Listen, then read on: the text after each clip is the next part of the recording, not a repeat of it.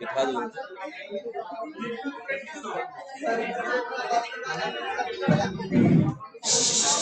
एक मिनट, पहले तो बैठ जाओ नीचे, प्लीज सिट डाउन।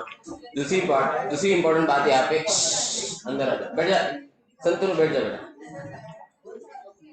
अभी जिधर मिलेगी जगह बैठ जा, ठीक है? यस, सुनिए, ई इनवॉइस की लिमिट आज के पेपर के लिए 10 करोड़ है। रीजन, क्योंकि आपके मॉड्यूल में 10।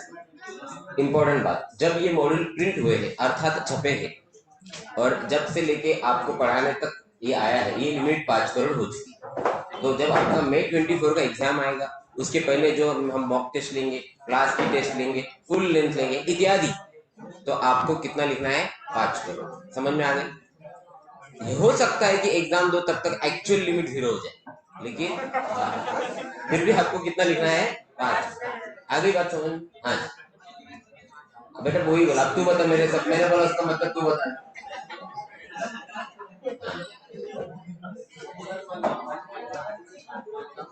वो बच्चा ये पूछ रहा था कि भाई कितना है लिमिट, तो आज लिमिट वैसे 5 करोड़, लेकिन अभी पेपर जो है वो तो मॉड्यूल के हिसाब से लिखना पड़ेगा ना। तो मेरे को नहीं पता, मैंने अभी आज बताया, वो तूने क्या पूछा, आजू बाजू ने भी सब पूछा हो, तो मेरे को ये बोलना है। Is it clear? दूसरी इंपॉर्टेंट बात सर, एक बच्चा ये भी मेरे को पूछ सकता है कि सर जब लिमिट एक्चुअल में 5 करोड़ हो गई है तो आप एग्जाम में 10 करोड़ क्यों बोल रहे हो? क्योंकि मेरे हिसाब से अमेंडमेंट तब बनता है जब इंस्टीट्यूट बोलता है कि अमेंडमेंट। अब तक इंस्टीट्यूट ने स्टैट्यूटरी अपडेट,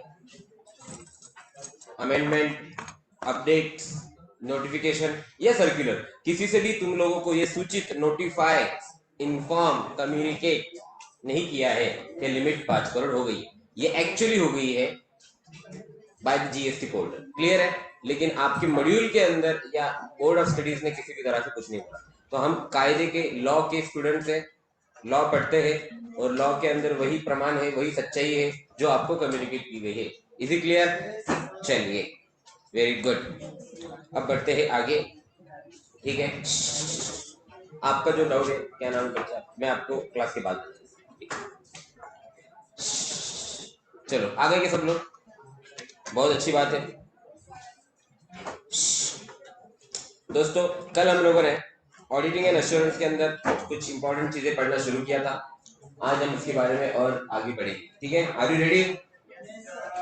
चलिए,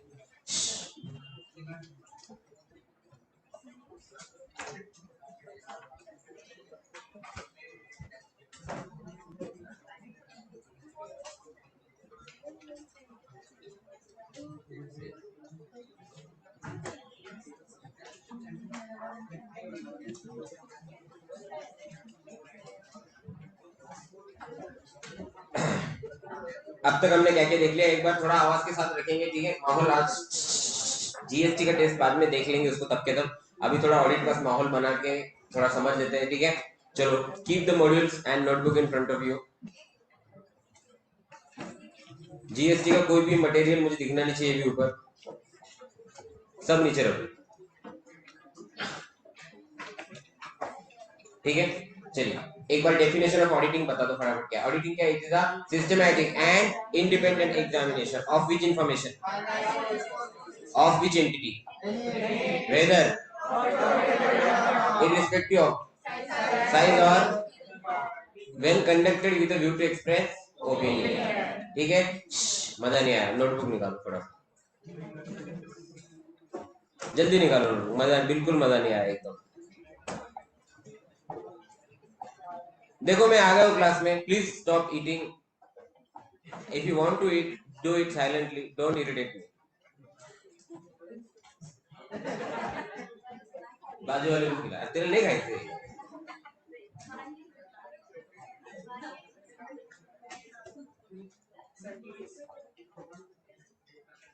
तुम नोटबुक निकालो। चलिए, ऑडिट की डेफिनेशन मुझे अच्छे से आवाज में चाहिए और तब तक मैं बोलने को बोलता रहूंगा जब तक मेरे को सेटिस्फैक्टरी वॉल्यूम के अंदर मजा नहीं आता, ठीक है? Is it clear? चलिए, डेफिनेशन बताएंगे ऑडिट क्या। It is a systematic and of whether when conducted with view to express an opinion opinion कितना करके? 2। कौन कौन से? मॉडिफाइड एंड क्लीन रिपोर्ट मतलब कौन सा? Then subject to qualification then ठीक है, वेरी गुड। कितने ऑब्जेक्ट ऑडिट के? 2। प्राइमरी ऑब्जेक्ट क्या है? To obtain reasonable assurance that FSR and are prepared in accordance with FRM. What is FRM? What is MMS? Material misstatement. याद है ना? और सेकेंडरी ऑब्जेक्ट क्या अपना? To communicate and report auditors findings in accordance with standards on auditing. याद है? Very good, ठीक है। यहाँ तक कोई प्रॉब्लम है? Is it clear?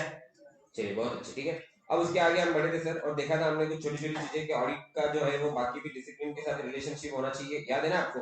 जैसे कि law, accounts, FM, debt, tax, taxation and all that. Are you there? Yes और नो? ठीक है, चलिए। स्कोप के अंदर अभी क्या आता है और क्या नहीं आता है एक बार ये बात कर लेंगे, ठीक है। स्कोप के अंदर क्या आता है सर? तो we are auditing the financial information of an entity. Yes or no? So anything which is related to financial statement is a part of our audit scope. अब ये स्कोप को समझने के लिए कुछ क्वेश्चन में पूछूंगा। क्या ऑडिटर रीजनेबल एश्योरेंस दे रहा है कि एब्सोल्यूट दे रहा है? Reasonable assurance is low level और high level? Is it an absolute guarantee? No, but it is a which level of assurance? High level. आई बात समझ? Is it clear? चलिए, बहुत अच्छी बात है सर। ऑडिट के स्कोप में क्या नहीं आता है? वो सारी चीजें जो ऑडिटर के किसमें है? Out of the domain of his competence. Competence भी बोलते हैं इसको, ठीक है। ये ऐसा ना, out of the domain of his competence, ये ऑडिट के स्कोप में नहीं आता है। Is it clear? ऑडिट के स्कोप में नहीं आता है। Is it clear? Very good. ये कुछ कुछ चीजें याद रखना। क्या ऑडिट इन्वेस्टिगेशन है कि ऑडिट है? It is different from investigation. Investigation में कौन सा एग्जामिनेशन होता है? जल्दी बोलो। Critical examination. कौन सा examination? Critical examination. However audit के अंदर we are just expressing a reasonable assurance. Yes और no? We are not providing any kind of critical or not doing any kind of critical examination. Do you agree with it? Yes. Inherent limitation कितनी? जल्दी बोलो। Master question आ गया, ये master question बोलो इसको आप। कितनी है? 5। मास्टर क्वेश्चन का मतलब होता है इस पे कहीं ना कहीं से कोई तो क्वेश्चन आएगा, वेदर डायरेक्ट और इनडायरेक्ट। 5 लिमिटेशन। पहली जल्दी क्या बोलो? नेचर ऑफ फाइनेंशियल रिपोर्ट, मतलब मैनेजमेंट के जजमेंट क्या होते हैं? सब्जेक्टिव, जिसको आप चैलेंज नहीं कर सकते। दूसरा क्या है? Nature of audit procedure, you are having which limitations? Practical and legal limitations. तीसरा क्या है? जल्दी बोलो। Timeliness, sorry, not in future nature of investigation. तीसरा क्या है? Not in nature of investigation, you don't have additional powers to conduct an investigation. जो दिया इस पे क्या करना पड़ेगा? रिलाय। चौथा क्या है? जल्दी बोलो। Timeliness, the information obtained over a period of time. Yes or no? उसका relevance क्या होते जाता है? कम।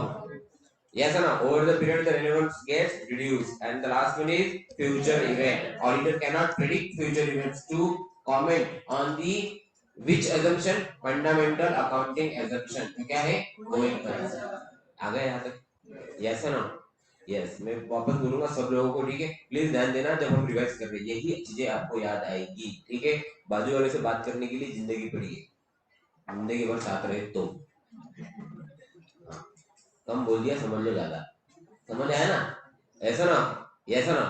10 साल से हम पढ़ा रहे, इधर 6 महीने की दोस्ती को आप जिंदगी भर समझ लो, बाद में फोन में उठाएंगे, ठीक है। तो पहले ये कर लो, ये कर लो पहले। हाँ, बहुत बहुत देख लिया हमने, छोड़ दो। 6 महीने की दोस्ती को जिंदगी मत समझ, इधर ये कर लो, ये कर लिया तो जिंदगी फिर आपकी, ठीक है। चलिए, वेरी गुड। अब समझ लो, कम बोल रहा हूँ, ज्यादा, ठीक है। यस सर, मंदिर दायित्व आता है। कंफ्यूजन है सर एक चीज का, ऑडिट कराने वाली कंपनी और ऑडिटर दोनों के बीच में कल जाके झगड़ा हो सकता है क्या? हाँ, इसलिए अभी क्या कर लो? Audit documentation. तो जो दोनों के बीच एग्रीमेंट होगा उसका नाम क्या है? Engagement letter. Can engagement letter contain term which is outside the scope of audit principles? Can we say in this that you can check anything except cash, bank, purchase, sale and journal entries? Check क्या कर रहे हैं? Journal entry भी नहीं बोल रहा, क्या check क्या कर रहे हैं? अभी कुछ नहीं करने का, जाने का और आ जाने का, चाय पी के। पैसा भी मिलेगा कि नहीं क्या पता। पता अगर एंगेजमेंट लेटर में you are not liable to get any remuneration, you are doing this act as a gratuitous support. ऐसा ना, ऐसा ना हो जाए। तो एंगेजमेंट लेटर ठीक से पढ़ना, उसका स्कोप के ऊपर ऑडिटर की लिमिटेशन नहीं आनी चाहिए। यहाँ पे एक पॉइंट लिख लो अच्छा सा, वैसे ये ऐसे 210 का पॉइंट है, आगे आएगा लेकिन लिख लेना, रिवीजन में काम आएगा। 1.17 के ऊपर एंगेजमेंट लेटर ये वर्ड लिखा है, यहाँ पे लिख लो।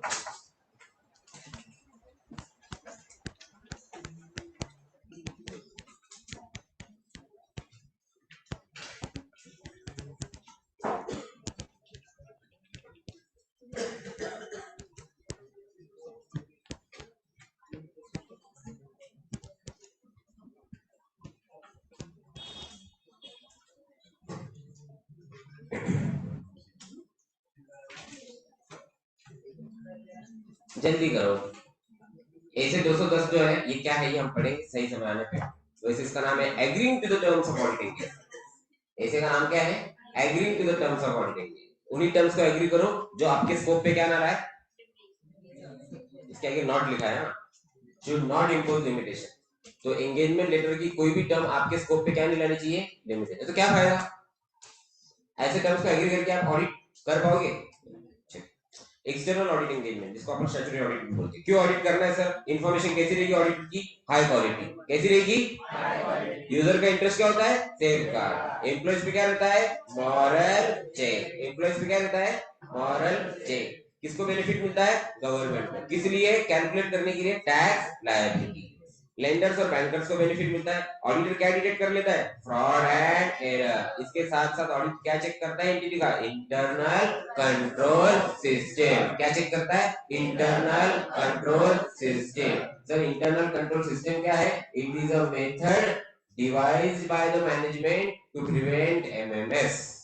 It is a system devised by management to prevent MMS. MMS मतलब material misstatement। तो मटेरियल मिसस्टेटमेंट ना हो इसलिए मैनेजमेंट ने जो सिस्टम बिठाया है उसे क्या कहा जाता है, ICS। कंपनी के अंदर कोई घुस ना जाए, अनऑथोराइज्ड एक्सेस, इसलिए सिक्योरिटी गार्ड है। सिक्योरिटी गार्ड सो रहा हो तो सीसीटीवी है।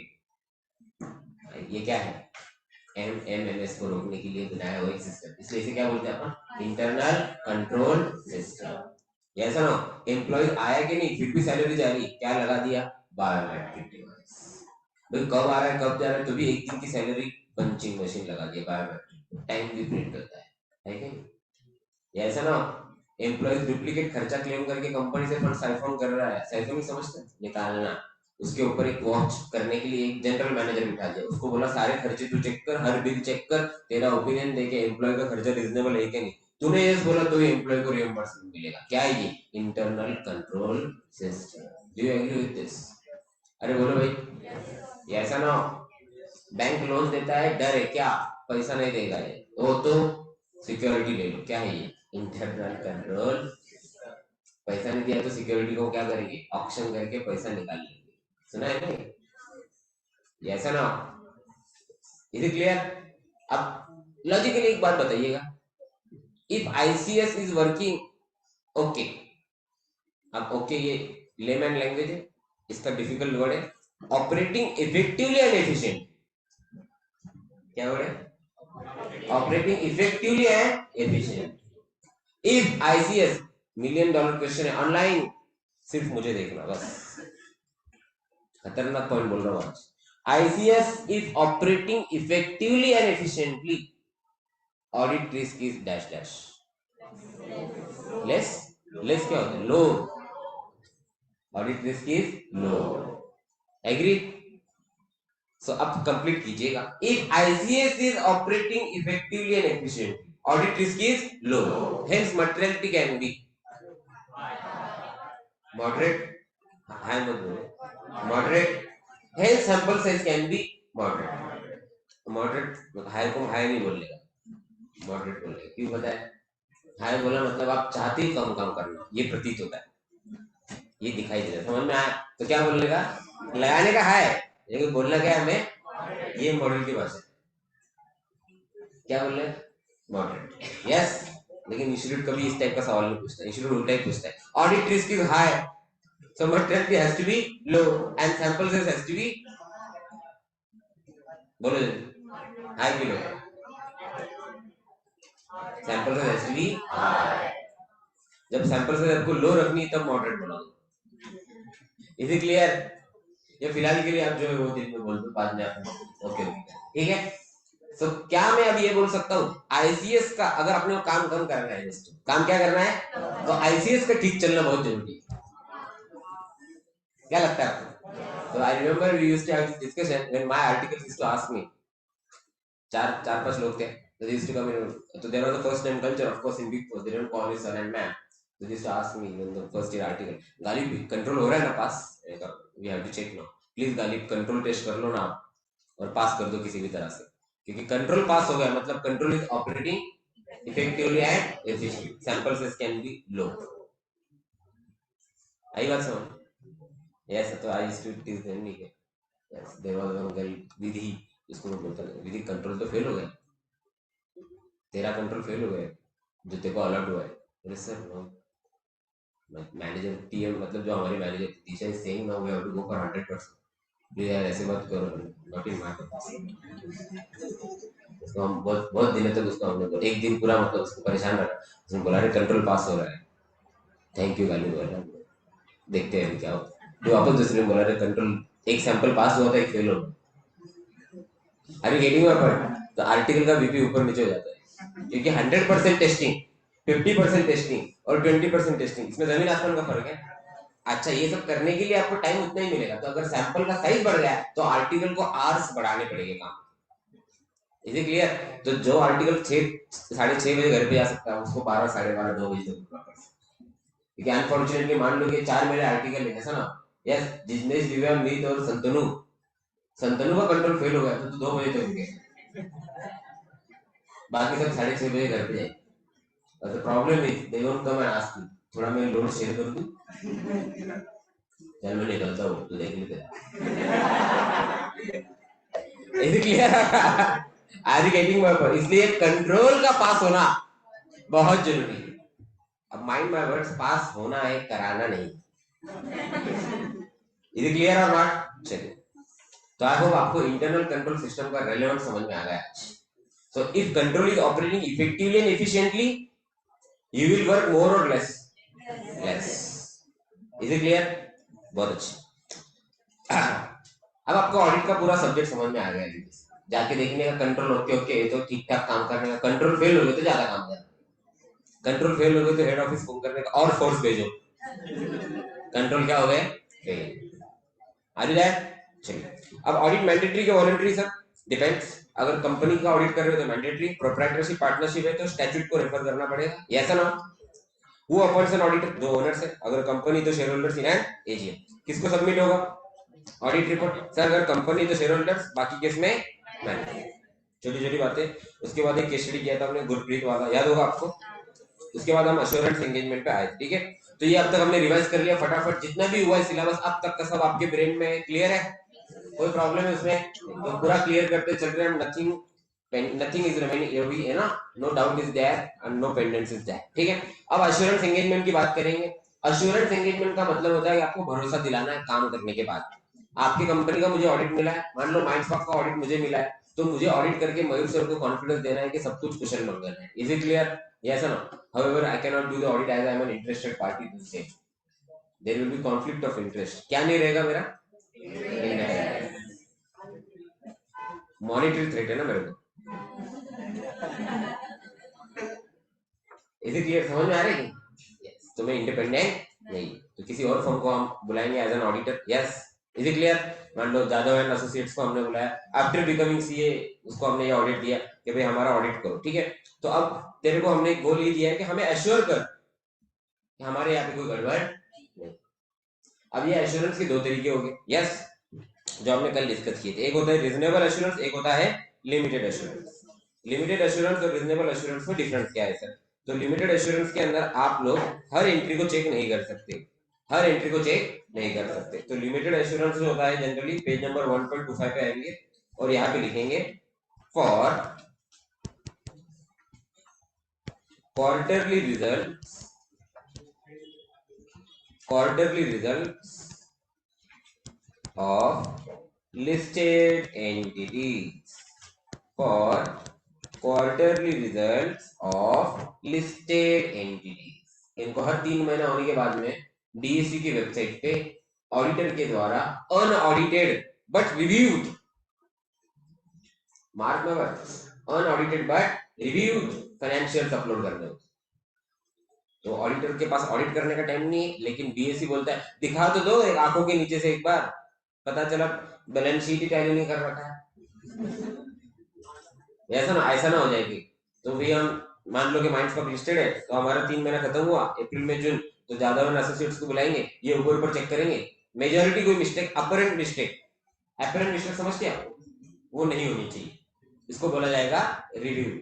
और इससे एक लेटर भी लेंगे आप, वो लेटर में ये क्या लिखेगा, मेंबर्स को एड्रेस करेगा और बोलेगा कि मैंने ये फाइनेंशियल स्टेटमेंट को रिव्यू किया है, review is different from audit, ये लिखा होता है उस स्टेटमेंट, ये आपको सीए फाइनल में आएगा। उसका जो स्टैंडर्ड है, वो स्टैंडर्ड का नाम है SRE 2400, ये फाइनल में आपको स्टैंडर्ड ऑन रिव्यू एंगेजमेंट, क्या नाम है इसका, स्टैंडर्ड ऑन रिव्यू एंगेजमेंट, वो तेको इशू किया गया इंस्टीट्यूट द्वारा to guide you people like you to follow that, और उसकी लाइन है कि review is different from audit, ऐसे लिखना पड़ेगा तेको लेटर में, और वो लेटर जो है वो पब्लिश करेंगे कंपनी, मतलब माइंडस्कॉप पब्लिश करेगा पेपर में। तो जो लोग हमारे क्वार्टरली रिजल्ट के ऊपर इन्वेस्टिंग का डिसीजन लेंगे, बैंकर्स, गवर्नमेंट, जो भी इंटेंडेड यूजर्स है, उनको ये बात समझ में आनी चाहिए कि ये रिव्यू है, ये ऑडिट नहीं है। तो उसमें लाइन नहीं है direct, review is different from audit and it presents a low level of, तो कल जाके अगर कोई कुरकुर करेगा 3 महीने का तो हुआ था ना, ऑडिट तो था ना, तो ये लगे बोलेगा पढ़ना भाई क्या लिखा है हमने, it is not an audit. So limited assurance engagement जो होती है ये लो लेवल एश्योरेंस देती है, वेयर एज रीजनेबल कैसे होते हैं दोस्तों, हाई लेवल। रीजनेबल में हम क्या करते हैं, इलैबोरेट एंड एक्सटेंसिव प्रोसीजर होती है, इधर performs pure procedure compared to reasonable, इधर थोड़ी प्रोसीजर कम होती है, इधर इलैबोरेट होती है। It draws reasonable conclusion on the basis of evidence, it involve obtaining sufficient approach to draw limited, मतलब वही चीज है। यहाँ पे अगर आप 10 सैंपल चेक कर रहे हो तो उधर एक होता होगा, इधर आप 20 सैंपल चेक कर रहे हो तो 2 होते होंगे, दैट्स इट। छोटा छोटा चेक करेंगे, ऊपर ऊपर देख लेंगे। यस,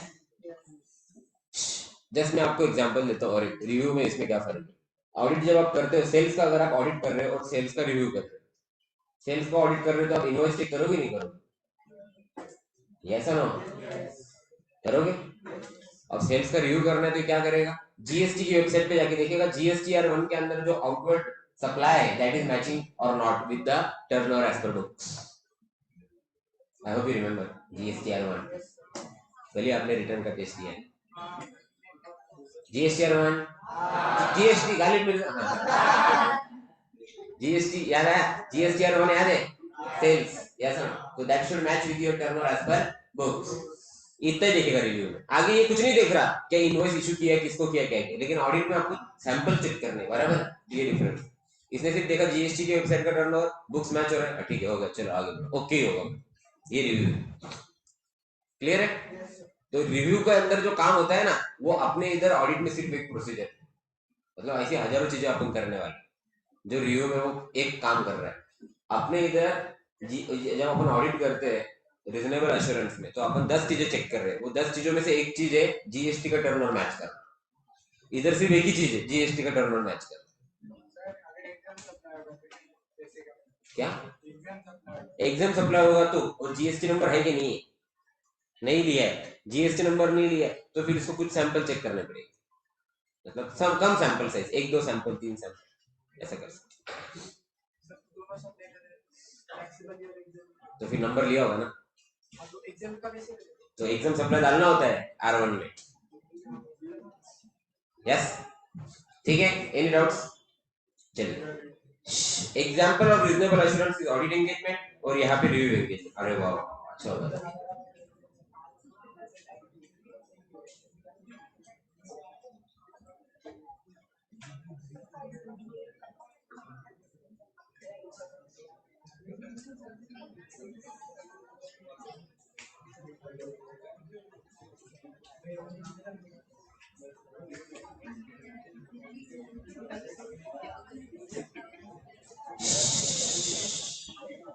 ये समझ में आ गया आपको, हेलो ये चार्ट समझ में आया क्या, अरे आ गया, इसको मार्क कर दिया IMP बेटा, बेटा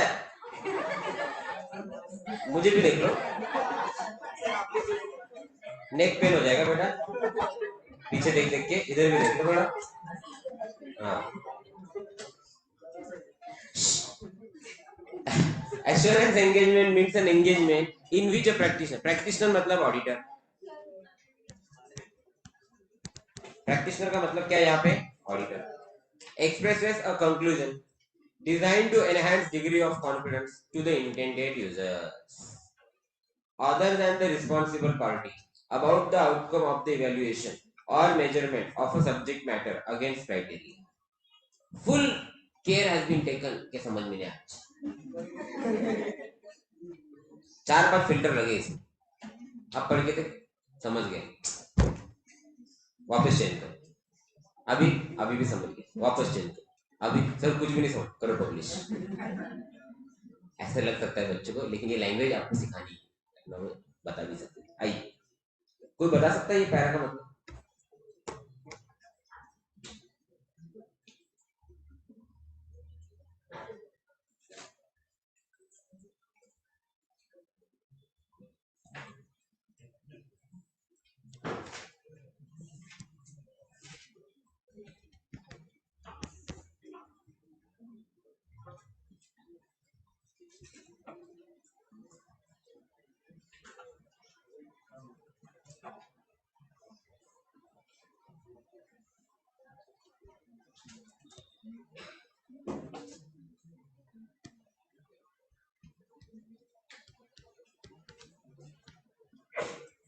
हाँ जी, थोड़ी मदद कर दी आपकी। हाँ जी,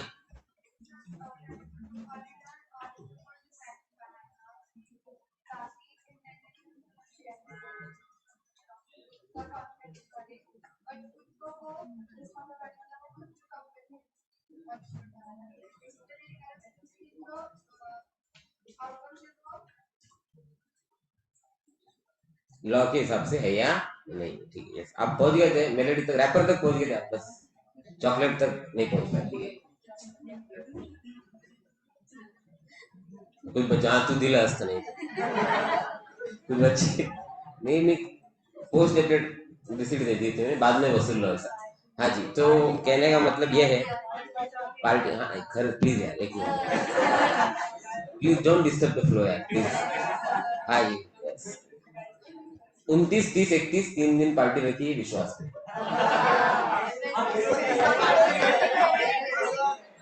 अब भाई मैं भी उसमें इन्वॉल्व, 800 भरे आपने, नहीं 8000 का मजा है ना आपको, नाम अपना अपना बदल लेना, अपना अपना बदल लेना, मैं नहीं रिस्क लेता। चलिए 1 मिनट रुकिए, एक आया क्राइटेरिया सेट होते हैं मैनेजमेंट के काम के लिए, वो सब सेटिस्फाई हो रहे हैं ऐसा समझा शेयर होल्डर्स को, तो फिर उनका कॉन्फिडेंस बढ़ता है। ओह, चलिए ये एक अच्छा जवाब है यहाँ पे, लेकिन अब मॉड्यूल का क्या कहना है समझने की कोशिश करते हैं। प्रैक्टिशनर जो है वो कौन है, ऑडिटर। ऑडिटर को, ऑडिटर काम कर रहा है किसके लिए, यूजर्स के लिए, किसके लिए, यूजर्स जो है, और ये है आपकी कंपनी, क्या है ये, ऑडिटर एक्सप्रेस करता है conclusion designed to enhance the degree of confidence, क्या एनहांस करना है उसको, किसका, यूजर्स। तो हम कंपनी में जाके ऑडिट करते हैं और ये यूजर्स का क्या बढ़ाते हैं, कॉन्फिडेंस। कैसे, ये जो यूजर्स है इनको हम रिपोर्ट देते हैं, जिसको अपन क्या बोलते हैं, ऑडिट रिपोर्ट, कि तुम जो कंपनी में पैसा लगा रहे हो वहां पे सब कुशल मंगल है या नहीं, हमेशा है नहीं बोलना है, जो है वो बोलना है, ठीक है, निर्भय होके, इंडिपेंडेंट होके, यस ना, यस। ये होते वक्त आपको ये याद रखना है, क्या रिस्पॉन्सिबल पार्टी जो है मतलब आपका क्लाइंट, इसका कॉन्फिडेंस बढ़े या ना बढ़े इससे आपको कोई लेना देना नहीं। यस, इसका तो कॉन्फिडेंस कब बढ़ेगा, जब आप अच्छी अच्छी बातें, अपने को अच्छी नहीं, अपने को सच्ची बातें, rare to this days, yes, but still you have to write what is correct, yes. तब किसका भरोसा बढ़ेगा, यूजर्स का, और यूजर सादे नहीं, ये कौन से है, इंटेंडेड। क्यों इंटेंडेड है, हम ऑडिटर जब ऑडिट कर रहे हैं, जिसको यहाँ पे क्या वर्ड किया गया है, प्रैक्टिशनर। ऑडिटर जब ऑडिट करता है तो इन यूजर्स को इंटेंट करके वो ऑडिट करता है, मेरे को ऑडिट मेरे लिए नहीं करना है, उन शेयर होल्डर्स के लिए, ब्रैकेट में भोले वाले, ये ऐसा ना, उनके लिए मुझे करना है, इंट्राडे वाले, आई बात समझ में? तो वो मेरे इंटेंडेड यूजर है, उद्देश्य वो है, टारगेट वो ऑडियंस, उनके लिए मैं कर रहा हूँ सर, उनके लिए दिन रात मेहनत करके ऐसा ना ऑडिट कर रहा हूँ, ढूंढ रहा हूँ एमएमएस, ताकि वो लोगों का भरोसा हो कि जो कंपनी में उन्होंने उनका हार्ड एंड मनी इन्वेस्ट किया है वो सही से यूज हो रहा है या नहीं। इज इट क्लियर और नॉट? ये अपना उद्देश्य। Any doubts in this? तो अब यहाँ पे जो कंपनी है रिस्पॉन्सिबल पार्टी, उनको अच्छा लगे हमारा उद्देश्य नहीं, इसलिए कॉन्फिडेंस हम यूजर्स का बढ़ाएंगे, कंपनी का नहीं। क्लियर है? ये करते वक्त आपको किसके हिसाब से चेक करना है? आपको चेक करना है कि लॉ, रूल्स, रेगुलेशन, ये जो बोलते हैं इसके हिसाब से काम सही हुआ है कि नहीं। तो इसका जो क्राइटेरिया है वो ये जो यहाँ पे लास्ट लाइन में बोला है, about the outcome of evaluation or measurement of a subject matter against a criteria. तो सब्जेक्ट मैटर मतलब डेटा, डेटा जो है वो क्राइटेरिया के हिसाब से काम कर रहा है नहीं कर रहा है, इसके बारे में आपको जो इवेल्युएशन है, इसके ऊपर आपको रिपोर्ट देना है। किसका? इंटेंडेड यूजर्स का। और उनका क्या बढ़ाना है आपको? कॉन्फिडेंस। अब कॉन्फिडेंस बढ़ाने का मतलब ये नहीं होता है कि अच्छी अच्छी बातें बोलो। आप जनरली आप बोलोगे सर ये बात तो सही है, अच्छी बात बोली तो उनका कॉन्फिडेंस बढ़ेगा, अच्छा नहीं बोला तो उनका कॉन्फिडेंस कम होगा। कॉन्फिडेंस ये बात नहीं कि इन्वेस्ट करना है नहीं करना, कई बार इन्वेस्ट नहीं करना, इस चीज पे इन्वेस्टर थाम है, और आपने बोला कि गलत इधर गड़बड़ है, तो उसका कॉन्फिडेंस बढ़ेगा ना। देखा, मैं बोल रहा था ना मत करो, ऑडिटर भी वही बोल रहा है। तो कॉन्फिडेंस बढ़ने का मतलब ये नहीं होता है कि आप हमेशा अच्छी बात करो। ये पॉइंट समझा कि नहीं? एग्जाम्पल एक आईपीओ की देती हूँ, चलो ऐसा ना, मुथूट फाइनेंस का आईपीओ है। मुथूट फाइनेंस पता है आपको? गोल्ड लोन में बहुत बड़ी कंपनी, मनप्पुरम मुथूट, सुना होगा नाम आपने? वो शायद दिल्ली कैपिटल को भी स्पॉन्सर करती है सर, देखा है मेंशन एम लिखा होता है। यस, सीएस क्यों करती है नहीं? देखो यही स्टाइल हम लोग को निकलवाना पड़ता है लोगों से। हाँ जी, चलिए, कौन सा आइकन? मुथूट फाइनेंस के अंदर मेरा ओपिनियन करना चाहिए, बराबर है, ऐसा ना? यस। और बाकी लोग क्या बोल रहे? नहीं करना चाहिए, राइट? फिर ये कुछ लोग बोल रहे करना चाहिए। अब मान लो कि भाई आप ऑडिटर, तो अब तुमने लिखा कि गड़बड़ है, तो जो लोग नहीं करने वाले थे क्या बोलेंगे? देखा मेरा डिसीजन सही था, उनका कॉन्फिडेंस क्या होगा? अब तुमने बोला कि इन्वेस्ट करना चाहिए, तो जो करने वाले थे उनका कॉन्फिडेंस बढ़ेगा। बट ये बात सही है ना कि यूजर्स जो है उनको रियल पिक्चर मिलेगा। Is it clear? तो हमें हमेशा इनहेंस करना है डिग्री ऑफ कॉन्फिडेंस यूजर्स का, ना कि कंपनी का। आई बात समझ में? तो ये एक लाइन के अंदर बहुत कुछ कह दिया है। क्लियर है? Any doubt in this? अरे बोलो जल्दी। It means the practitioner gives an opinion about specific information due to which user of information are able to make confident decisions, knowing well that chance of information being incorrect is diminished. Yes, the auditor provides which assurance over here?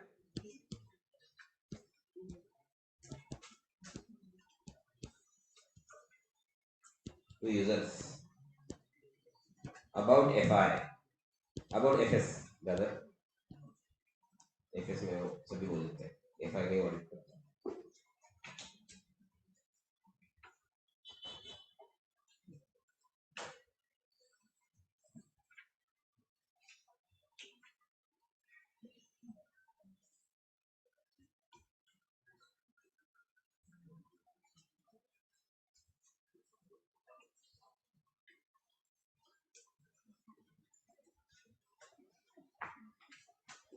चलिए done, okay, यहाँ तक कोई problem? तो अब मुझे बताइए assurance engagement में कितने लोग इन्वॉल्व हैं? एक, दो या तीन? पहले तो अभी आप हेडिंग दे दीजिए नोटबुक। अच्छा सर, हम नोटबुक में क्या लिख रहे हैं? सिर्फ वही पॉइंट लिख रहे हैं जो पॉइंट बहुत ज्यादा इंपॉर्टेंट, मतलब जो आपको मॉडल पढ़ के भी और उसके बाद एक जगह लिखे होने चाहिए। Is clear? हर चीज हम नोटबुक में नहीं लिखेंगे तो नोटबुक बहुत बड़ी हो जाएगी, उसमें मॉडल में वो करते हैं। एक बड़ी बनाई है लेकिन बनानी नहीं बड़ी, फर्क। बाद में आपको लिखना है ना क्वेश्चन आंसर, प्रैक्टिस कहाँ करोगे आप? किसी में करोगे। तो हेडिंग दे दीजिए एश्योरेंस एंगेजमेंट। क्या हेडिंग देंगे? Assurance engagement. नए पेज पे दे दीजिए अगर 3-4 लाइन बची हुई। एश्योरेंस एंगेजमेंट ये टॉपिक नया है न्यू सिलेबस में। जो बच्चों ने ओल्ड सिलेबस अटेंड किया है, ठीक है, ऑफलाइन ऑनलाइन रिकॉर्डेड, जिन्होंने ओल्ड सिलेबस में लेक्चर किए थे ऑडिट के, कृपया करके ये पॉइंट को समझे, ये पॉइंट नया है न्यू सिलेबस। ठीक है। और जो बच्चे पहली बार इसको अटेंड कर रहे हैं, तुम्ही काय टेन्शन घ्या, तुम्ही लिहा. तुम्हाला माहिती आहे ना जुनं काय होतं, तुमच्या घरी सगळंच काय. हेडिंग देतो अश्योरन्स एंगेजमेंट. ठीक है.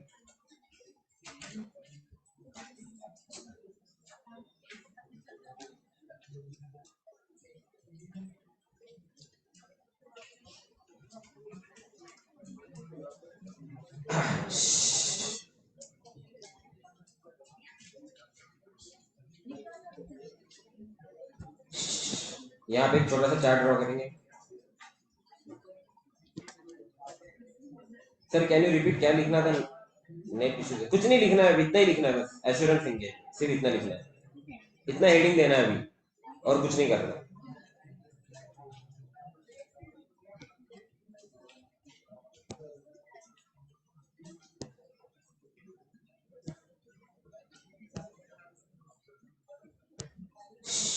अच्छे से लिखेंगे.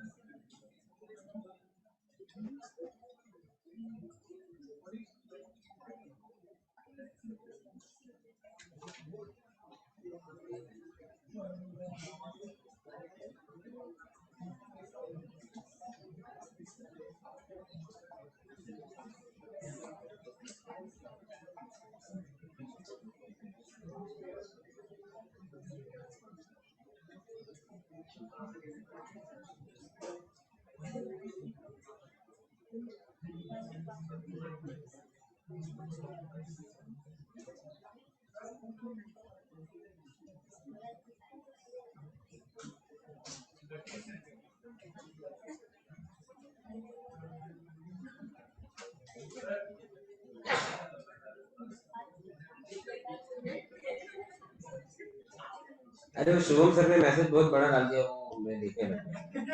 देखा आपने? नहीं देखा. बहुत बुरा लगा मुझे.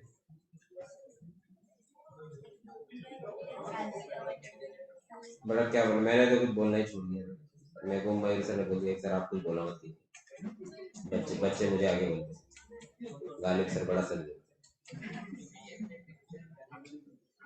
ठीक जाने दो।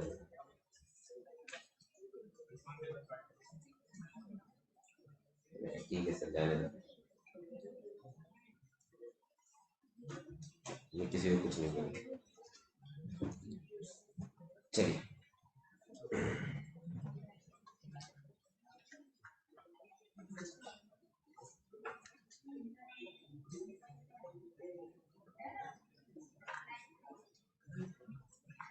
किसान लिख लो, किसका नाम, तो नाम बाद में, किसका नाम चाहिए?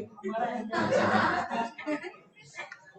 तू होता ना, वो तो आए ना, वो तो बहुत होता है। अरे मुझे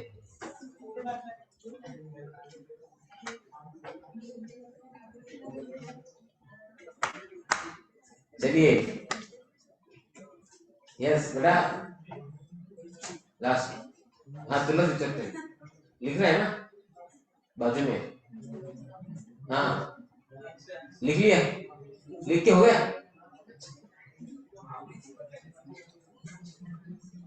चलो एक ही इंक से लिखो, रेनबो मत करो उसको।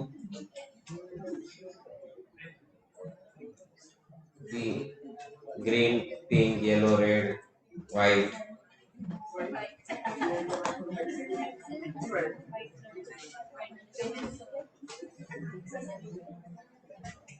चलो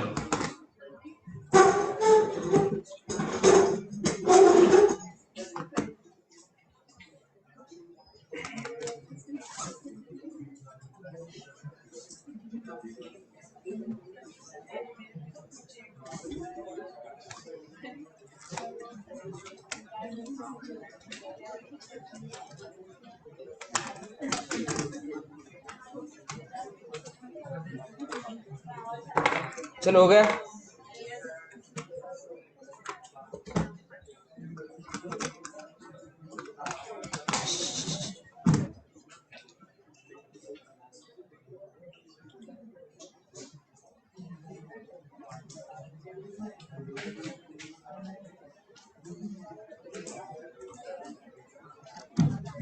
चलो ओके,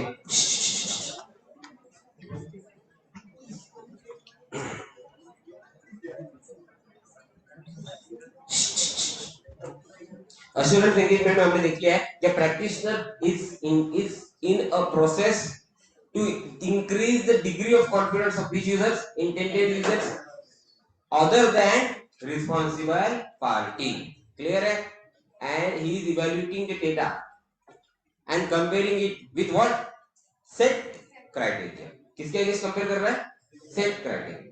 यस और नो, ये नया टॉपिक है और खतरनाक है, इनमें आपको थोड़ा सा क्वेश्चन इस टॉपिक में या इन कंटेंट्स में आपको क्वेश्चन आ सकता है।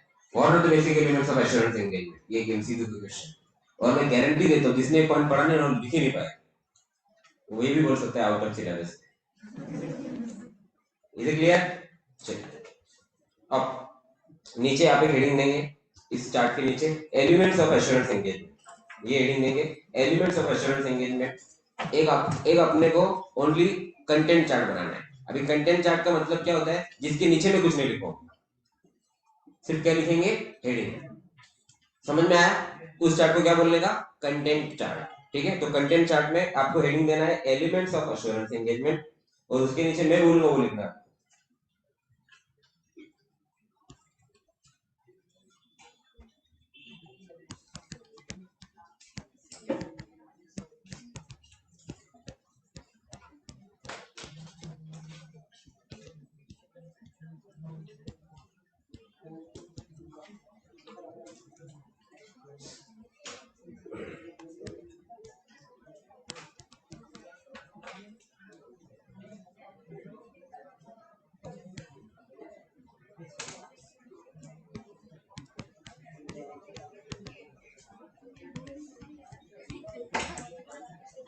फेंक दो फेंक दो।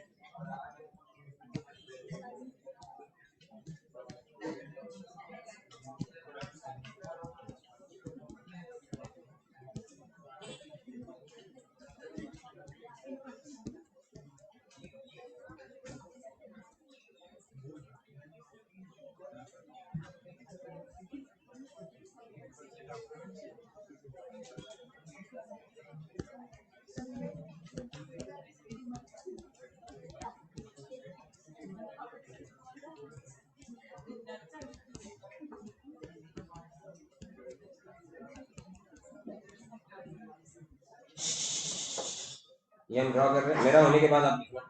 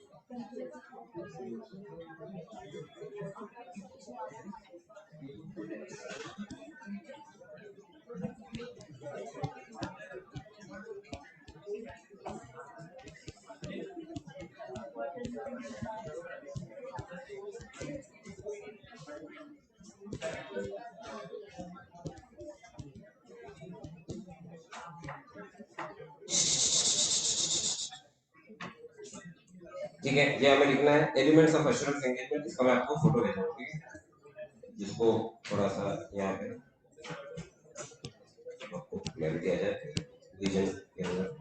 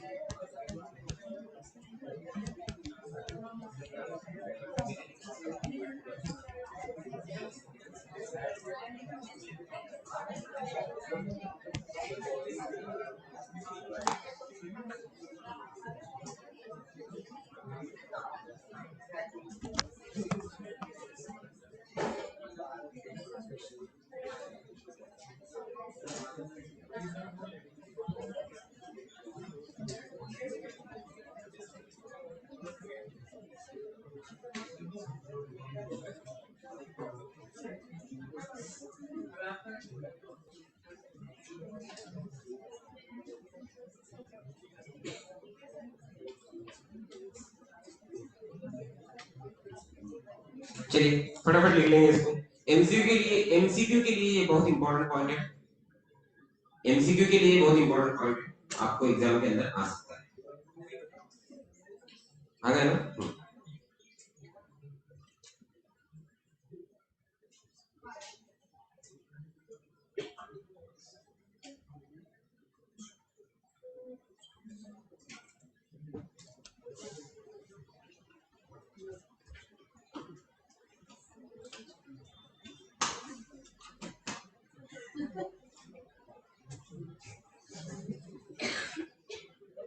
Am I missing something?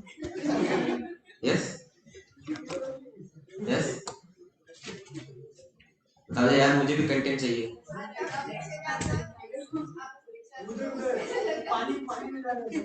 अच्छा है, I wish I could go, but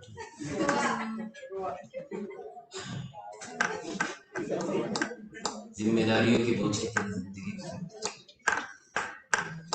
ना नींद पूरी हुई ना ख्वाब मुकम्मल।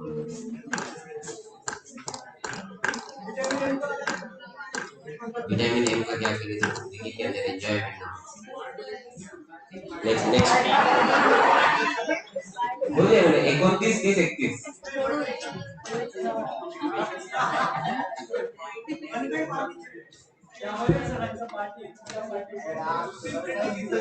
म्हणजे आम्हाला वेगळं केलंस।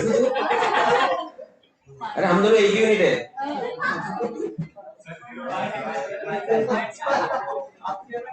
नहीं, अभी इधर नया खुला है वृंदावन मिसळ। जाके नहीं मजा नहीं हाँ देखते, मैं बात करता हूँ उनको, उससे थोड़ा उसको बोलते नहीं स्पेशल बनवाते ना, मैं देखता हूँ अभी आज क्या है। नहीं नहीं,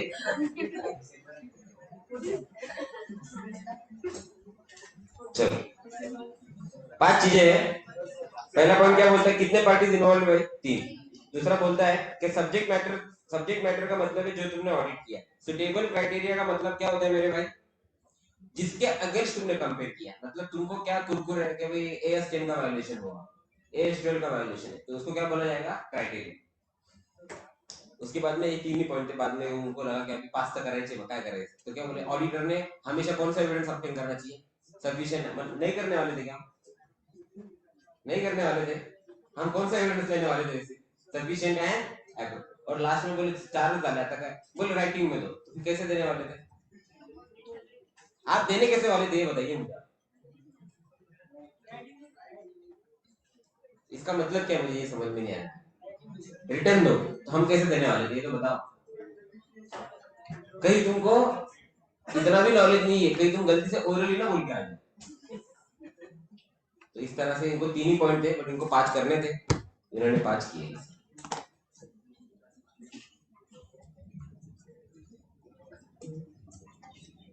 छोड़ो यार, ये ना बैकग्राउंड देख देख के मेरा दिल हो रहा गोवा जाने का। अभी मैं इधर ही जाते हैं नॉर्वे।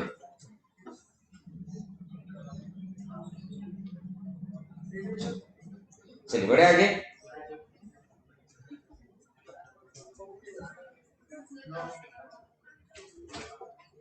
बाकी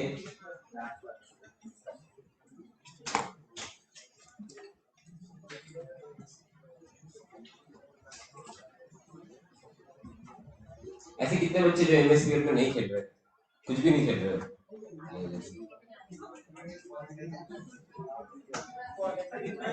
वॉलंटियर बने ऐसे।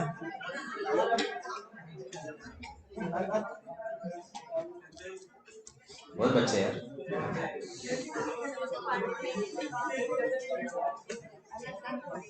चलिए हो गया, चलो तुम लोगों को टाइम पास चाहिए, चलो हो गया। पहला पॉइंट है सर, 3 पार्टी रिलेशनशिप है, कौन कौन है इसमें इन्वॉल्व, बोलो।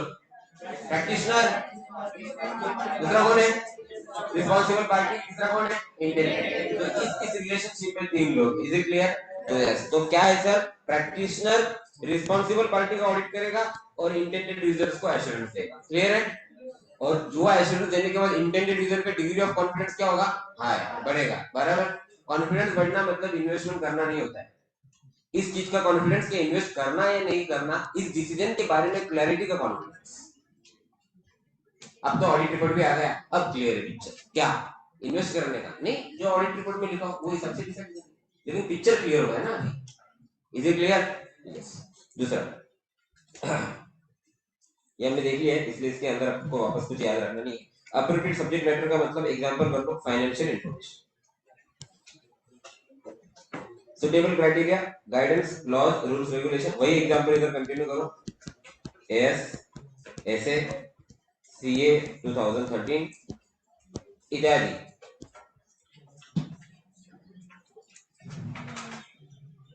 Next, sufficient evidence. Sufficiency is a measure of what, quantity. Appropriateness is a measure of what, quality.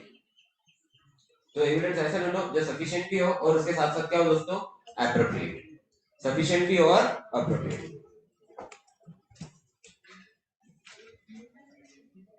आगे बढ़ो, रिटर्न रिपोर्ट देना है, कैसा है, बच्चे जो है वो गलती से व्हाट्सएप पे ना भेज दे रिपोर्ट, इसलिए इन्होंने ये क्लियर किया है कि रिटर्न एश्योरेंस रिपोर्ट देना है, कैसे देना है।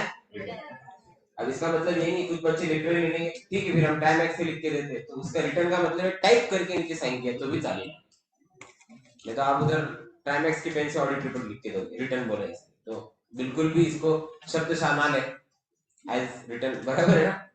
रिटर्न का मतलब है typographically and signed, is it clear.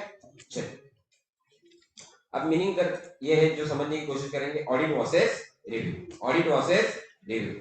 तो रिव्यू के ऑडिट के अंदर हम कौन सा एश्योरेंस देंगे, बोलो जल्दी। इसको अपन ऑलरेडी डिस्कस कर चुके हैं, इसलिए इसमें डायरेक्ट एग्जाम ओरिएंटेड डिस्कशन करेंगे। और रिव्यू में क्या करते हैं, कौन सा एश्योरेंस देंगे,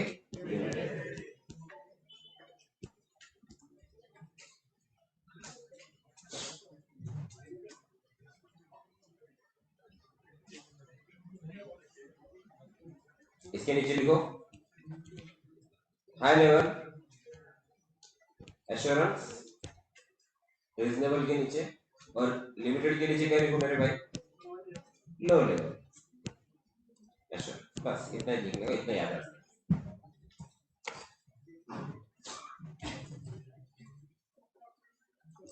ये जो हम मॉड्यूल में लिख रहे हैं ना, ये आपको याद आएगा एग्जाम में जब जाओ, और यही आपको रिवाइज करना, तो आपको कॉन्फिडेंस आएगा। The degree of confidence will increase for you. हाँ, फोमो नहीं रहेगा आपको। What is FOMO? ये जो मैंने जेन जी इनसे सीखा है word, I am also Gen Z only, but मैं अपने आप को स्मार्टली इंक्लूड कर ही लेता हूँ, तो ये इनसे सीखा है वर्ड। उनको हर बात में क्या हो जाता है, FOMO, fear of missing out. हमारा मॉडल रह गया, अच्छा तो तूने लक्ष्य कर लिया? नहीं। लेक्चर कर लिए? नहीं। लेक्चर को आया था थोड़े थोड़े, तो तू डर किस बात का, मेरा मॉड्यूल रह गया। उसका मॉड्यूल में इसका सब कुछ छोटा होता है, और उसको डर होता है कि मेरा एक चीज रह गई, एक चीज रह गई। तो उस चीज को अपने को कैसे खत्म करना है कि मॉड्यूल के अंदर ही अपन मार्किंग कर ले, तो मॉड्यूल को अपन वहीं पे समराइज कर। आगे बात सुनो, तो आप जब ये पढ़ोगे घर पे जाके, तो आपको फोमो नहीं आएगा मेरा मॉड्यूल रह गया, तो मॉड्यूल तो पढ़ा है मैंने। अब भले ही वो मॉड्यूल में से कुछ ना पूछे, लेकिन आपका डर निकल जाता है दिमाग का कि मेरा मॉड्यूल बाकी है, मेरा हो गया भाई, पूरा मॉड्यूल से तो पढ़ा है। ये इंक्रीज करता है degree of confidence among the students. Clear है? Very good. Types of assurance engagement, reasonable versus limited, ये हम देख चुके हैं, अभी हमने देखा देखा ना भाई, इसको भी ऐड कर दो, ठीक है।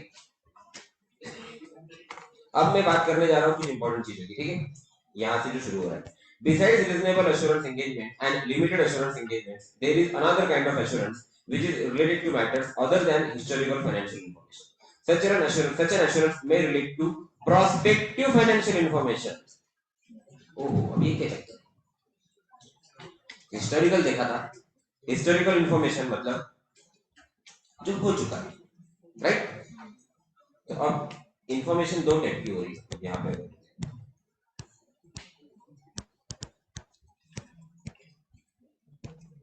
एक हिस्टोरिकल है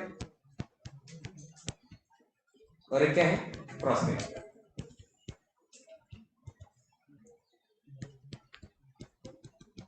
तो FY 22-23 ये हिस्टोरिकल है, और FY 23-24 है प्रोस्पेक्टिव। am I correct? मार्च 24 का टर्नओवर क्या होगा, ये हिस्टोरिकल है कि प्रोस्पेक्टिव? क्या हम प्रोस्पेक्टिव चीजों का, I am changing the word, assurance कर सकते, not audit? Can we give an assurance in relation to the prospective financial information? बोलो बोलो बोलो बोलो। Yes? No? पैसा दिया तो मैं कुछ भी करूंगा सर। हाँ, बोलो जी। Yes or no?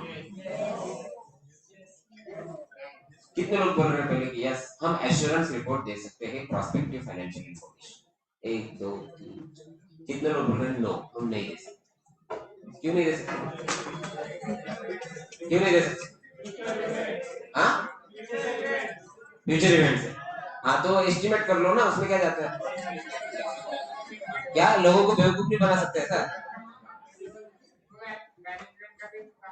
फिर एक चीज होती है दुनिया में, जो चीज आजकल जोरों शोरों से चल रही है, जिसके ऊपर लोग इन्वेस्ट कर रहे हैं, इसके अंदर तो अगर मैं इधर हूं तो यहां से 5 साल और यहां से 5 साल दोनों दिए जाते हैं। चलो ये तो ऑडिटेड है, लेकिन ये क्या है, प्रोस्पेक्टिव है, ये हिस्टोरिकल है, ये क्या है, और इंस्टीट्यूट बोलता है क्या प्रोस्पेक्टिव जैसी चीजें जो यूजर्स के हाथ में जा रही है, जिसके ऊपर यूजर डिसाइड कर रहे हैं कि कितना और सब्सक्राइब करना है, ऐसा ना आईपीओ को, ऐसा ना, इसको भी ऑडिटर ने एक बार चेक करना चाहिए।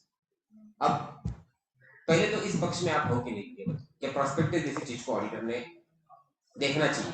रिव्यू की ऑडिट ये बाद में देखते हैं, लेकिन एश्योरेंस करना चाहिए। Do you agree limited assurance is also an assurance, review is also an assurance. यहाँ पे तो मेरे ख्याल से कोई मत विभाजन, ऐसा ना, डिफरेंस ऑफ ओपिनियन नहीं होना चाहिए, बराबर है ना। तो limited assurance is also assurance. तो मेरा क्वेश्चन आप लोगों से सीधा सीधा ये है, क्या हम प्रोस्पेक्टिव फाइनेंशियल इंफॉर्मेशन के ऊपर हमने एक अपना एश्योरेंस देना चाहिए? ये गवर्नमेंट का व्यू है, लाइक प्रोस्पेक्टस। ये सही है कि गलत? ऑडिटर ने एक अपना इसके ऊपर ओपिनियन देना चाहिए भी, नहीं ओपिनियन तो कम से कम लिमिटेड एश्योरेंस तो भी देना चाहिए। कितने लोग बोलते हैं कि हाँ ऑडिटर ने प्रोस्पेक्टस के ऊपर बोलना चाहिए? कितने लोग बोलते हैं नहीं सर नहीं दे सकता, दे ही नहीं सकता। नहीं, जो आपके दिल में बोली आप डरिए मत, दिल की बात बताइए आप यहाँ बताइए, कोई बात नहीं, आप कीजिए हाथ ऊपर कीजिए, आपने किया तो कीजिए, आप कोई बात, मैं खड़ा हूँ आपके साथ। जितने भी लोग हैं कोई टेंशन मत लीजिए, जो भी लोग बोल रहे हैं नहीं सर नहीं नहीं बोल सकता ऑडिटर, एक और बोलिए, और हिम्मत लगती है भाई, stand against the flow, yes, एक दो और कोई है बता दो, मैं पार्टली सही बोल रही, लोग बाद में जस्टिफाई करूंगा आपको। और कोई है? कितने लोग बोल रहे हैं कि ऑडिटर ने ओपिनियन देना चाहिए? सभी बोल रहे हैं। लिमिटेड कैसे चेक करेगा ऑडिटर? काय काय हाँ, क्या क्या बेस लगाओगे? 10% बढ़ाओ,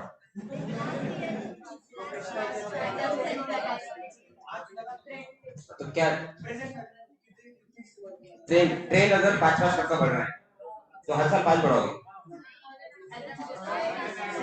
क्या एजम्पशन लोगे? सीजीआर अब तक का उसी ग्रोथ पे चलेगी। तो मान लो मैनेजमेंट ने ये किया है 10, 15, 45, 50, 75, 200 ऐसे सेल बढ़ा है परसेंटेज। अब अगर ऑडिटर बोलता है ये गलत है, मैनेजमेंट बोलेगा हमारे पास बेसिस है, हम एज्यूम कर रहे हैं कि 5 साल बाद ना हमारा ये होने वाला है, फिर इतना टर्नओवर होगा, बेसिस बना लेंगे। हमने पहले टर्नओवर फाइनल किया, फिर रिवर्स कैलकुलेशन किया,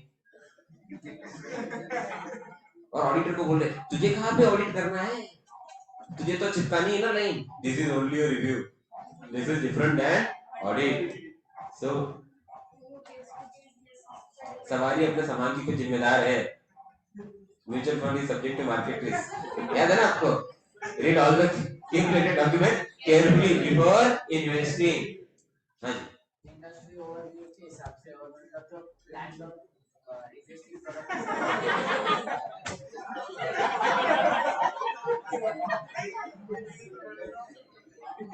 अंकिता मेरी आवाज आ रही है आपको?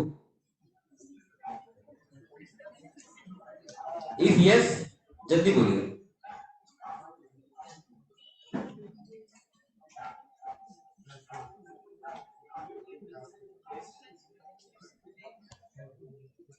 वॉइस ब्रेक हो रहा है, एक बार आपका इंटरनेट कनेक्शन आप डिस्कनेक्ट करके कनेक्ट कीजिए, क्योंकि बाकी और किसी को प्रॉब्लम नहीं आ रहा है। My voice is not clear.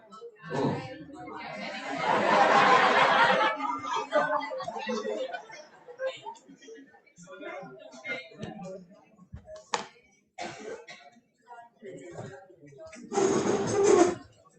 ठीक है, am I audible to you now? ठीक है, I hope I am audible to you. ठीक है, यस, चलिए, बहुत अच्छी बात है। तो देखिए क्वेश्चन ये चालू है, क्या ऑडिटर प्रोस्पेक्टिव फाइनेंशियल इंफॉर्मेशन, जैसे कि प्रोस्पेक्टस के अंदर दिया होता है कि अगले 5 साल हमारी कंपनी जो फंड रेज कर रही है आईपीओ के थ्रू, उसको कैसे यूज करेगा, इस चीज के ऊपर ऑडिटर को लिमिटेड एश्योरेंस देना है या एश्योरेंस देना है। क्या नाम से एश्योरेंस देंगे? लिमिटेड की रिजनेबल हो हम बाद में बात करेंगे, लेकिन दे सकता है क्या? तो यहाँ पे दे सकता है, इससे ज्यादा जरूरी बात है कि देना पड़ेगा। रीजन भी क्योंकि सिर्फ ऑडिटर या सीए ही एक पर्सन है जो एंड यूजर फंड्स का मॉनिटरिंग किस तरीके से हो रहा है इसके ऊपर एक ओपिनियन एक्सप्रेस कर सकता है। नहीं तो it's very easy to fool people, very easy. हम पहले टर्नओवर की फिगर फाइनल करेंगे, पहले प्रॉफिट फाइनल करेंगे, फिर हम रीजन बनाना स्टार्ट करेंगे। अपने को टर्नओवर 200 करोड़ रखना है। अब 200 करोड़ कैसे जस्टिफाई होता है, तो मैं ऐसे बोलूंगा, ज्वेलर है, बोल रहा नासिक में 200 करोड़ का टर्नओवर, तो मैं क्या करूंगा, दो चीजें, क्वांटिटी और रेट। क्वांटिटी भी बढ़ रही है ऐसे बताऊंगा, और रेट भी बढ़ रहा है ऐसे बताऊंगा। अभी ये ज्वेलर का रेट है, आज का रेट है 63,000 रुपीज पर 10 ग्राम। तो रेट तो मैं चेंज नहीं कर सकता मार्केट में, मैं क्वांटिटी ऐसे बता दूंगा, सारे नासिक के लोग मेरी ऐसे बात ऐसे। तो ये जो एजम्पशन करके मैनेजमेंट अपना प्रोजेक्टेड बैलेंस शीट बना रहा है, बजटेड बैलेंस शीट बना रहा है, ये करेक्ट है या नहीं, ये भी देखना ऑडिटर की जिम्मेदारी है। अब आप बोलोगे sir how can I certify, I am not asking you to certify, certification is absolutely, sir how can I audit, again I am not asking you to reasonable assurance, it is a high level assurance. आई बात समझ, बिल्कुल बिल्कुल, इसीलिए absolute नहीं दे रहे, इसीलिए absolute नहीं दे रहे, इसलिए रीजनेबल भी नहीं दे रहे, क्योंकि जो मैंने बोला यही सब हो सकता है। हमको बताना है 200 करोड़ का टर्नओवर है ज्वेलर का नासिक में, तो मैं रेट तो चेंज नहीं कर सकता क्योंकि मार्केट ड्रिवन है, ऑडिटर पकड़ लेगा। अगर मैंने 80,000 रुपए बताया फॉर 10, ऑडिटर पकड़ लेगा, इतना रेट ही नहीं है, तेरा जजमेंट गलत है, तो मैं रेट सेम रखूंगा, क्वांटिटी के साथ प्ले करूंगा।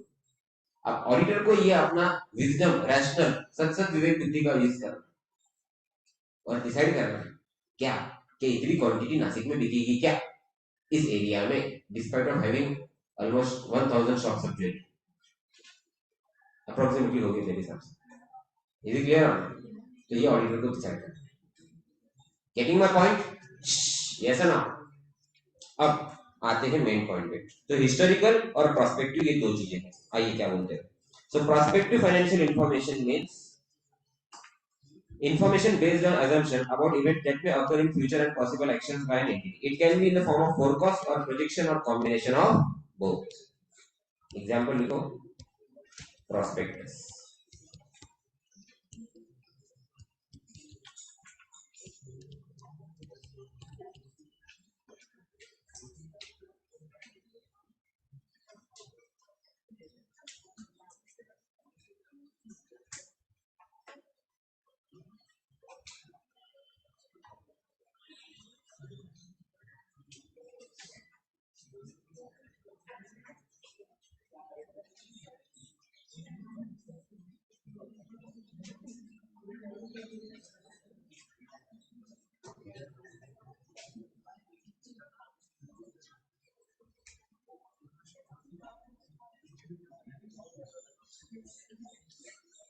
हाँ जी, हो गया।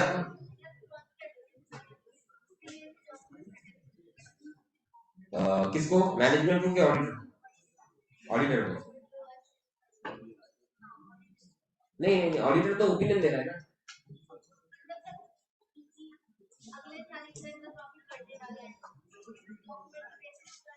डॉक्यूमेंट मैनेजमेंट बनाएगा प्लीज। तो अब प्रोस्पेक्टिव फाइनेंशियल इंफॉर्मेशन के अंदर मुझे क्या चेक करना है? मुझे टेक्निकली फैक्ट्स और फिगर्स नहीं चेक करने, क्योंकि वो तो फॉर्मूला के ऊपर आया है, और फॉर्मूला कैसे आया?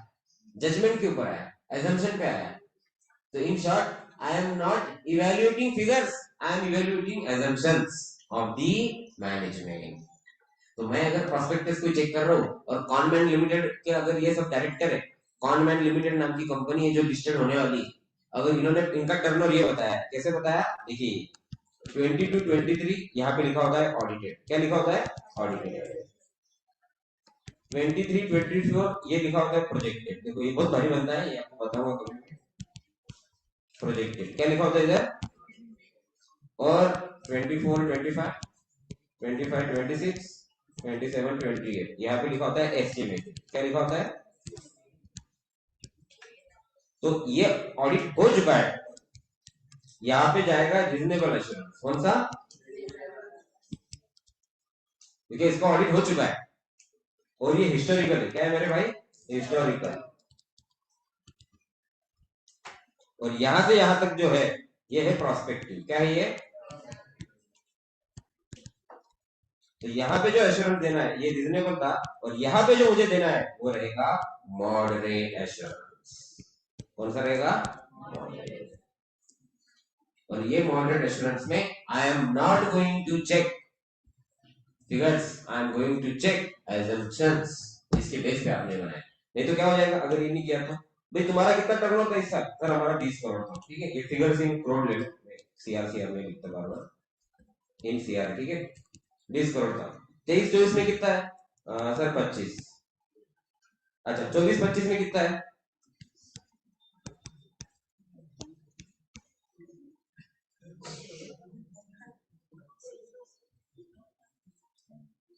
कैलकुलेशन ये कौन से परसेंटेज से बढ़ा रहे हो भाई?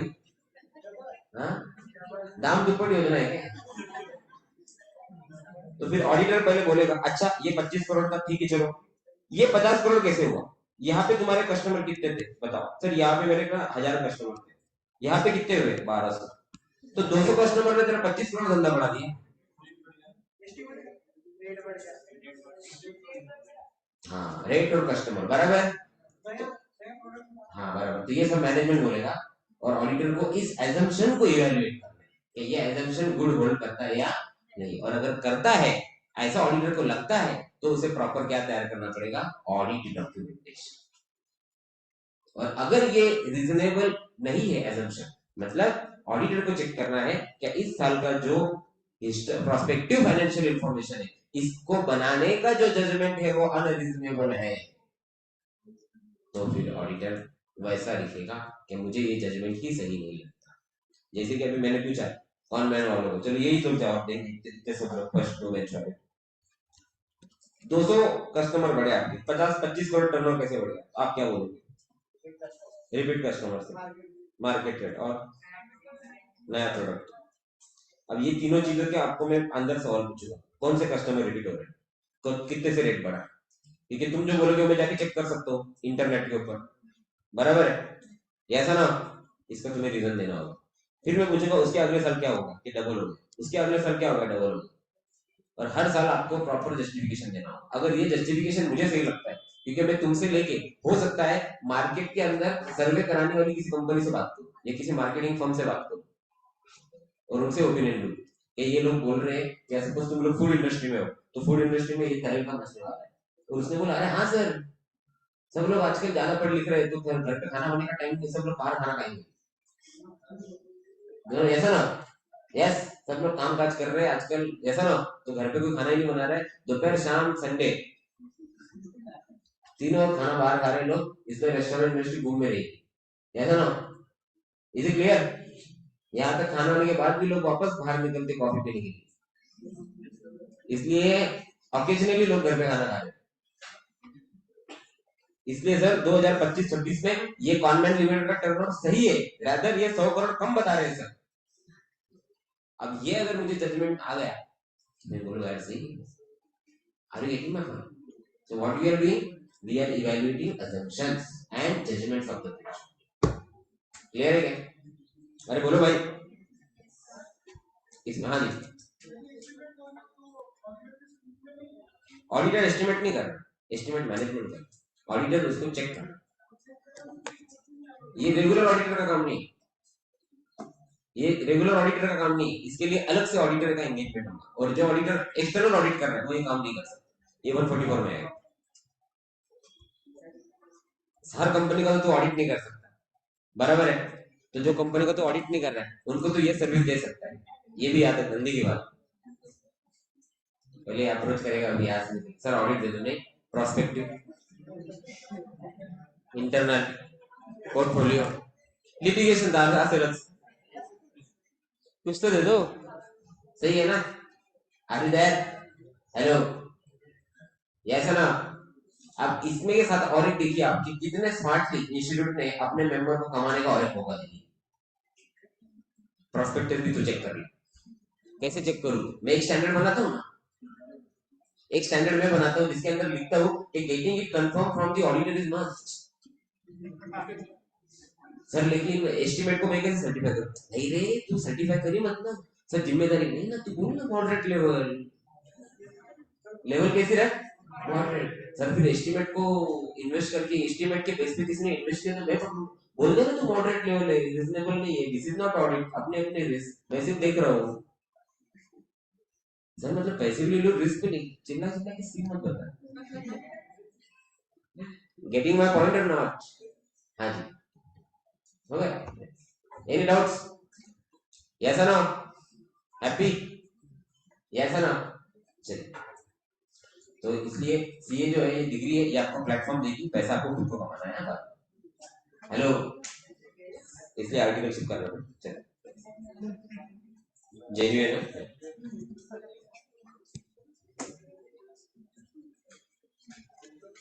अभी इसको लिखते आइए। हाँ जी,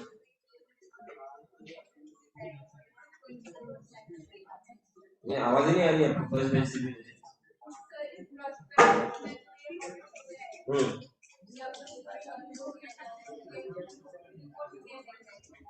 एक्सपर्ट रिपोर्ट नहीं कह रहे।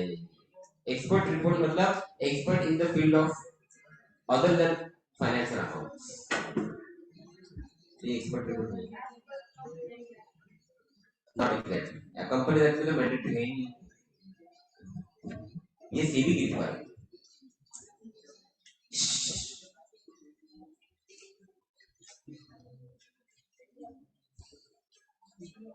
हिस्टोरिकल और प्रोस्पेक्टिव दो चीजें, ठीक है?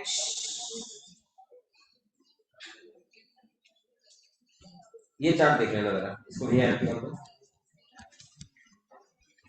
1.27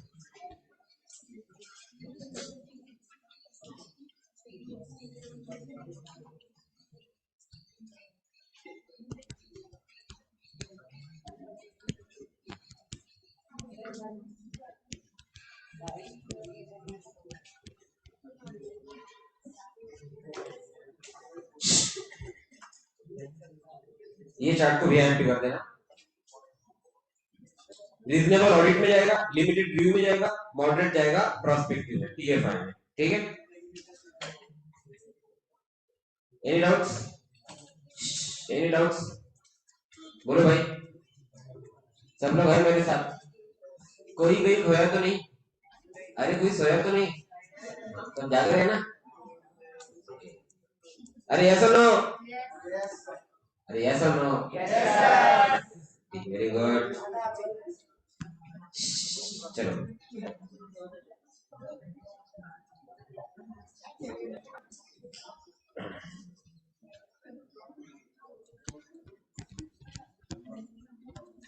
एक चार्ट बनाइए, ये नाम दीजिए उसको, information level of assurance. 2 minute में ड्रॉप करूंगा, फिर आप कीजिएगा।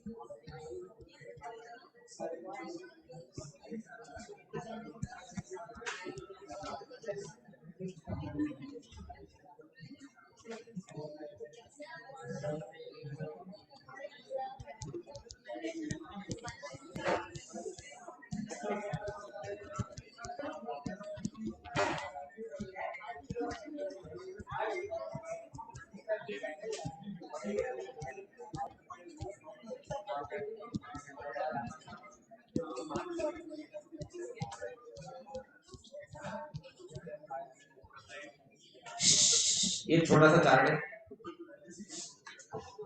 इसको आप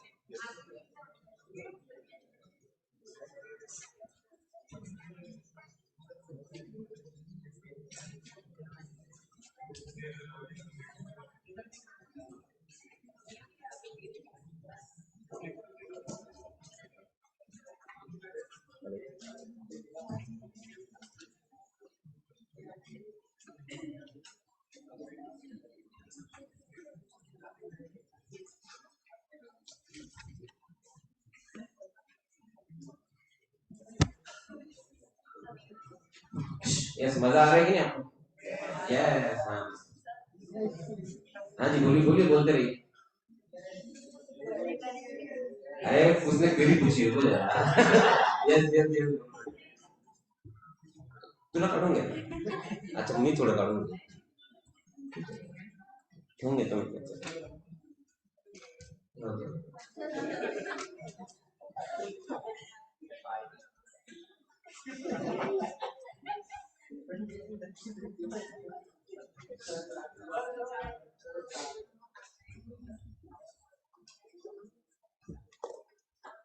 चलो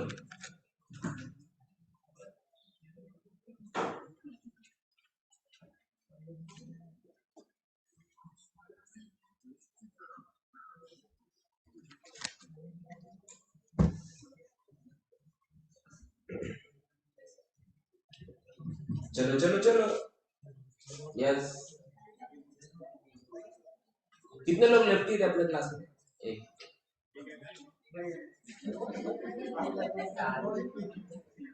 मॉर्निंग की बात नहीं है, मैंने सुना उनको ब्रेन को शार्प है इसलिए.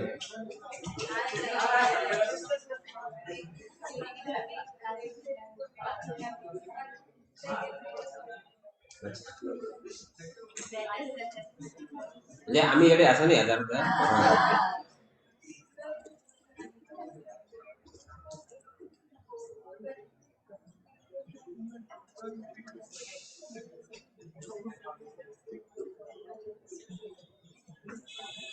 क्या दोनों हाथ से?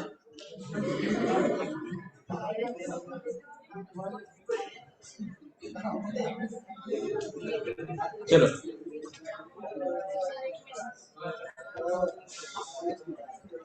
झालं असावं ना बहुधा. अरे एक तक तर आखाने किती वेळ लागतो तुम्हाला लोकांना? Almost time you want to draw one shot. चलो हो गया क्या?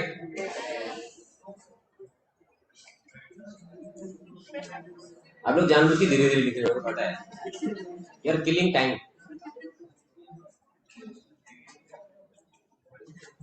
देखो यार लेफ्टी बंदा फास्ट.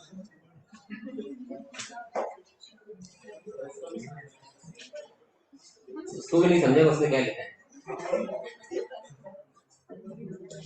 हाँ सही इतना का दृश्य है मला.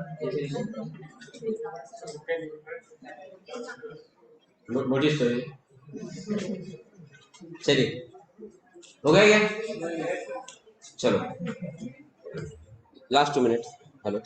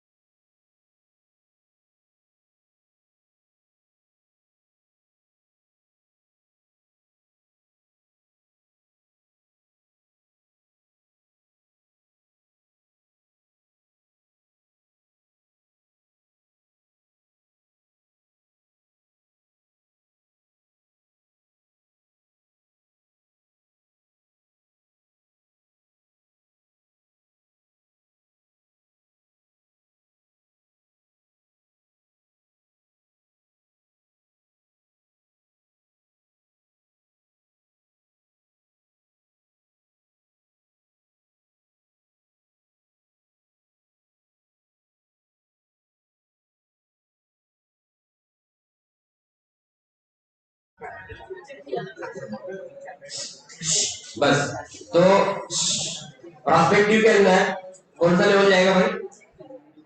प्रोस्पेक्टिव में कौन सा लेवल है रेफरेंस? हिस्टोरिकल में कौन सा है?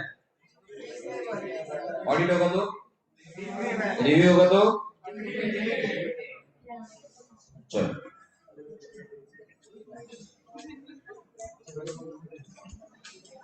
ये पैरा इंपॉर्टेंट है, इसको आर करो.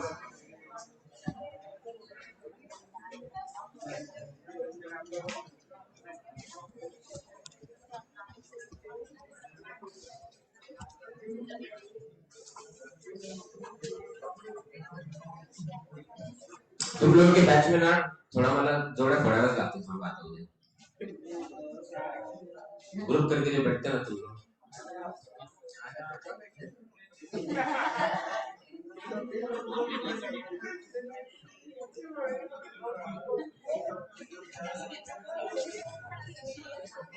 तुम्हारा बैच आइडियल एग्जाम्पल है डेमोक्रेसी के साइड से.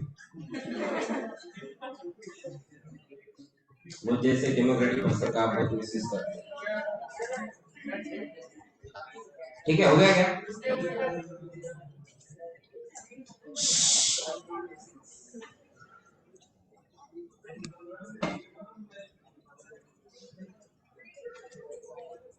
कौन सा लेवल ऑफ एश्योरेंस है? मॉडरेट। कौन सा है?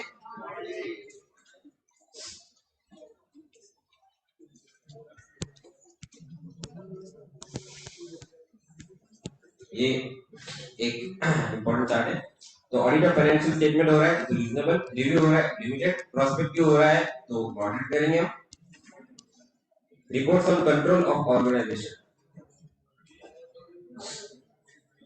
कंट्रोल मतलब ये कौन सा, ये ICS मतलब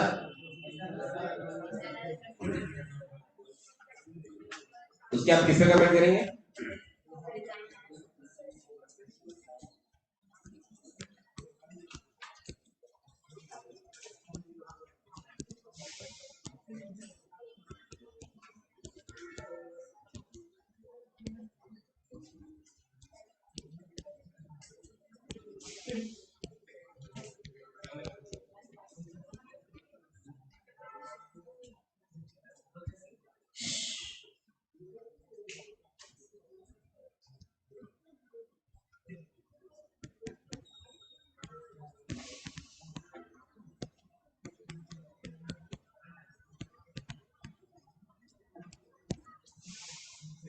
कंट्रोल जब आप चेक करोगे, इसका भी एक असाइनमेंट आता है जहां पे आपको सिर्फ हायर किया जाता है ये देखने के लिए भैया कुछ मत दो हमें, ना तो रीजनेबल एश्योरेंस दो, ना लिमिटेड दो, ना मॉडरेट दो। मेरे कंपनी के अंदर इंटरनल कंट्रोल बराबर से काम करने के लिए देख लो यार प्लीज, सबसे ज्यादा पैसे से। इंटरनल ऑडिट का अलग, इंटरनल ऑडिट के अंदर ये जो कंट्रोल है ये ठीक से काम कर रहे हैं कि नहीं उसके जो ट्रांजेक्शन है उनका सैंपलिंग होता है। लेकिन कुछ जगह क्यों बुलाते हैं कि कंट्रोल कैसे लगाने की ये नहीं समझ रहे हैं। और जो लगे, मतलब इमेजिन करो कि कॉन्वेंट लिमिटेड ने हायर किया तुझे मुझे अपनी फर्म में, ठीक है, ऐसा ना, तो वो फर्म क्या बोल रहे हैं, हमको हायर किया और बोला क्या बोला, सर कितने एम्प्लॉय कितना रिएंबर्समेंट लेके जा रहे कुछ नहीं समझ रहा, कौन एम्प्लॉय कब आ रहा है कुछ नहीं समझ रहा, कितना डिफेक्ट निकल रहा है कुछ नहीं समझ रहा, वेस्टेज समझ नहीं आ रहा। सबकी मिली जुली सरकार है, एम्प्लॉयज की और उनके ऊपर वॉच रखने वाले मैनेजर्स की और AGM की, प्रेसिडेंट की, सब मिलकर कंपनी को लूट रहे हैं। कभी भी कैश टैली करो तो 2-3 लाख का फर्क ही मिलता है। Please help us. अब हम आएंगे, CA फर्म आएगी, चेक करेगी क्या कंट्रोल का डिजाइन प्रॉपर है।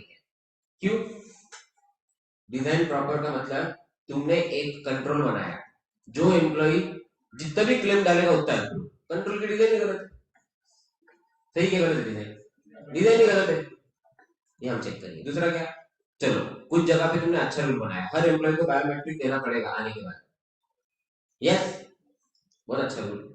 लेकिन जो सैलरी निकालता है वो बोलता है कि मैं बायोमेट्रिक पे भरोसा नहीं करता, मुझे एक मैनुअल रजिस्टर है उसके अंदर एंट्री हुई तो ही सैलरी दूंगा। तो लोग 2 बजे आके मैनुअल में लिखते 11 बजे आए। तो control design properly but not operating effective. वे हम दोनों मिलके, CA फॉर्म मिलके रिपोर्ट देंगी, कुछ जगह ये प्रॉब्लम है कुछ जगह, फिर मैनेजमेंट उसको करेक्ट करेगी। अब इसमें मैं ज्यादा पैसे क्यों बोल रहा था, direct value addition management. Statutory audit में क्या होता है, स्टैट्यूटरी ऑडिट एक अनप्रोडक्टिव एक्टिविटी ऐसे देखा जाए तो मैनेजमेंट की। क्या मिला मैनेजमेंट को, तुमने स्टैट्यूटरी ऑडिट करा, क्या मिला है तुम्हें? तुम बोल रहे हो हमने 2-3-5 लाख रुपए लिए ऑडिट की, और क्या बोला, dust presented true and fair view, और तुमको पता था वैसे भी कोई फ्रॉड नहीं, क्योंकि तुम सच्चे हो, एम्प्लॉय सच्चे, कंपनी में कोई गड़बड़, तुमको तो वैसे भी पता था कि कोई गड़बड़ नहीं है। और ये बात 5 लाख रुपए हमने भी की, वही की, क्या लिखा, dust provider true and fair view, सिर्फ डिग्री ऑफ कॉन्फिडेंस मिला इंटेंडेड यूजर्स। तो रिस्पॉन्सिबल पार्टी को क्या मिला, कुछ भी नहीं। कई लोग बोलते हैं ऑडिट की फी गई कुछ मिला नहीं, 5 लाख रुपए ले लिया ऑडिटर ने, कुछ वैल्यूएशन नहीं दी, genuine reasons. But degree of confidence दिलवाना है यूजर्स को, तो हम प्रैक्टिशनर से तो ऑडिट कराना ही पड़ेगा रिस्पॉन्सिबल पार्टी को। तो अदर वे राउंड क्या है, जब इंटरनल कंट्रोल का अश्योरेंस है, इंटरनल ऑडिट का अश्योरेंस या इसका असाइनमेंट किसी CA को मिलता है, तो उसकी फीस का कोई लिमिट ही नहीं, अपन दोनों मिलकर जितना फायदा कराएंगे परसेंटेज में ले सकते हैं, परसेंटेज में ले सकते हैं। उनको बताएंगे देखिए आपका इतना इतना पैसा जा रहा था इन गलती की वजह से, हमने ढूंढ के फिक्स किया क्या करना है, तो आपका हर साल का कितना पैसा बचा, 10 करोड़ बचा, 10% हमें दीजिए हर साल, पैसा का लॉस नहीं है। और अपने को तो मैंने एक ही साल कर दिया, अगले साल बच्चों को भेज देंगे, ए जाके देख लो वो देख लो वो देख लो, समझे? हर साल 1 करोड़ चलो, ऊपर से क्रोसिन पैरासिटामोल देते रहेंगे, वो देख लो, गड़बड़ नहीं होनी चाहिए। थोड़ा सा बीच बीच में जाएगा नहीं। I want to meet your all employees, whether they are operating properly or not. Tomorrow there will be a surprise visit. थोड़ा सा tomorrow there will be a surprise visit. Don't tell your employees we are coming. We will go to stores and check inventory is proper or not. Yes, yes, sir. आ जाइए आप. Yes. And don't even plan a lunch for us. We are too busy. थोड़ा समझे? हाँ, रुका दे. मैंने यार CA बहुत strict है, उन्होंने सब ये सेट उन्होंने करके दिया है भाई, इंटरनल कंट्रोल सीए ने किया है, उसमें अपन नहीं है तो एम्प्लॉयज को भी डर रहता है, एम्प्लॉयज को डांटते ही रहने का मैनेजमेंट के साथ। मैनेजमेंट को बहुत आसुरी आनंद मिलता है। गुड़गांव गया था मैं ऑडिट के लिए, वहाँ के अकाउंटेंट थी, चीफ ऑफ अकाउंट्स थी, उसके नीचे 4-5 बच्चे काम करते थे, तो उसके मैंने कुछ 100 पॉइंट हम लोगों ने निकाल लिए, छोटे छोटे थोड़े थोड़े करते करते। तो खन्ना साहब तो बोलते मैडम सेंचुरी मार दी गालिब सर ने तो। अच्छा उसके पहले क्या, वो मैंने उसको बताया नहीं थे points, he was talking with his sweet to me, मैं उससे बात कर रहा था, उसको पता ही नहीं कि अंदर क्या होने वाला मामला। जब तक वो मेरे को खाने वाने पे लेके गई, एकदम फुल जैसा बोलते नहीं कि थोड़ा मस्का लगा तो ऐसे, अभी मेरे को तो आदत है, हमने भी खाना खा लिया दवा हो गया। अच्छा अंदर गया, उसके बाद मेरा असिस्टेंट बोलता है मैडम तो चाय पूरी जरूरत नहीं आता। मैडम तो चाय भी नहीं पिला रही, क्यों चाय पिलाई है तेरे को, अभी तो सब हो गए, सेंचुरी मार दिया अपन ने अंदर। तो वो मीटिंग जीतना जरूरी क्लाइंट के साथ, समझ में आए? क्लाइंट बोलता है फिर वो बोला जाइए आप मैडम देखते हैं क्या, फिर बोले ये ऐसे पॉइंट निकालो और पॉइंट निकालो जरा, बहुत मजा आया। उसको मजा आता है ना मेरे इंप्रेस की पॉइंट निकले, क्यों बताया, जब एम्प्लॉय इंक्रीमेंट मांगने जाता है तो ये रीजन करते हैं, ऑडिट में तो इतनी गलतियां निकली आपकी, आप किस चेहरे से इंक्रीमेंट मांगने आ गए मेरे पास, पहले काम ठीक कीजिए फिर क्या मांगिए, ऐसा ना। तो फिर तब से वो बिल्कुल एकदम लॉ एंड ऑर्डर फॉलो कर रही है। फिर मैंने उसको बोला कि madam please send GST data, GST का, तो please send me a mail. तब तक व्हाट्सएप पे चलती थी सर यार, हैव यू लैंडेड, 12-12 बजे मैसेज कर रहे हो, have you landed in Gurgaon, should we send someone to collect you at the airport, happy flight, good flight, take care, ऐसा वैसा ये वो, तब तक नहीं कहते। इनका अचानक से वक्त बदल गए, हालात बदल गए, जज्बात बदल गए, जिसमें ऑडिटर को कोई वेलकम नहीं, क्यों कैसे करेगा, इमेजिन करो। ये मैनेजमेंट है, इनसे दोस्ती करके, इनके साथ रह के, इनसे कंपनी के बारे में जान के, इन्हीं की मिस्टेक निकाल के इनको गाली पढ़वा रहा हूँ, ऐसे में कोई वेलकम करेंगे, समझ रहे आप? तो ये एक जनरल से है, फिर भी आपको काम करना है, आई बात समझ में? ऐसा ना आई बात समझ में, फिर भी आपको काम करना है, फिर भी उसको फिर मैंने बाद में बोला भी, मैंने कहा I think that you are taking it in a wrong way, don't think that this is personal, this is not our personal, not at all personal, we both are working for the company's betterment, if there are points, क्योंकि वो बहुत ज्यादा resistance हो गया है, data वेटा भी नहीं भेजे, थोड़ा सा मेरे को एक स्टेप पीछे लेना पड़ा, if there are certain points which are you are not able to clear, please do let me know to my team, we will definitely help you for the same। आई बात समझ? नहीं, it's not like that, you should not have told to say, see I have some reporting issues, we need to inform the management what are the issues, clear है? आ रही है बात समझ में आपको? तो ये सब प्रॉब्लम्स होते हैं एज एन ऑडिटर आपके सामने, कि आपको इंटरनल कंट्रोल के बारे में भी बोलना ही पड़ता है, लिमिटेड एश्योरेंस के बारे में भी थोड़ा सा, मतलब आपको उनकी क्वेरी निकालनी पड़ेगी, देखिए उनकी क्वेरी नहीं निकालोगे तो मैनेजमेंट के सामने पिक्चर नहीं आएगा, पिक्चर जब क्लियर नहीं आएगा तो हाउ यू होप कि इंप्रूवमेंट होगा। दिक्कत समझ में आई आपको मेरे भाई? आवाज नहीं आ रहा really, am I audible now?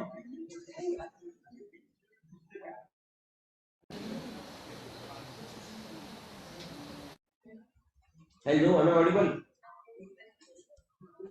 Yes sir. चलिए, कुछ इशू आया होगा शायद, तो यहाँ तक कि किसी को दिक्कत है क्या कुछ? एक बार क्विकली रिवाइज कर लेते हैं, एक बार क्विकली रिवाइज कर लो ये चार्ट के साथ में। फाइनेंशियल स्टेटमेंट का ऑडिट है, कौन सा एश्योरेंस? रीजनेबल। रिव्यू है, कौन सा एश्योरेंस? लिमिटेड। प्रोस्पेक्टिव है, कौन सा? मॉडरेट। आगे बात समझ में? और कंट्रोल को चेक करना है तो एश्योरेंस नॉर्मल वाला देना है regarding design and operation whether control is design properly and it is operating is it clear अरे ऐसा ना तो याद रखना और ये इंपॉर्टेंट पॉइंट है जो आगे मैं बताने वाला हूं इसी के रिलेशन में गुड़गांव वाला एग्जांपल कंटिन्यू करता हूं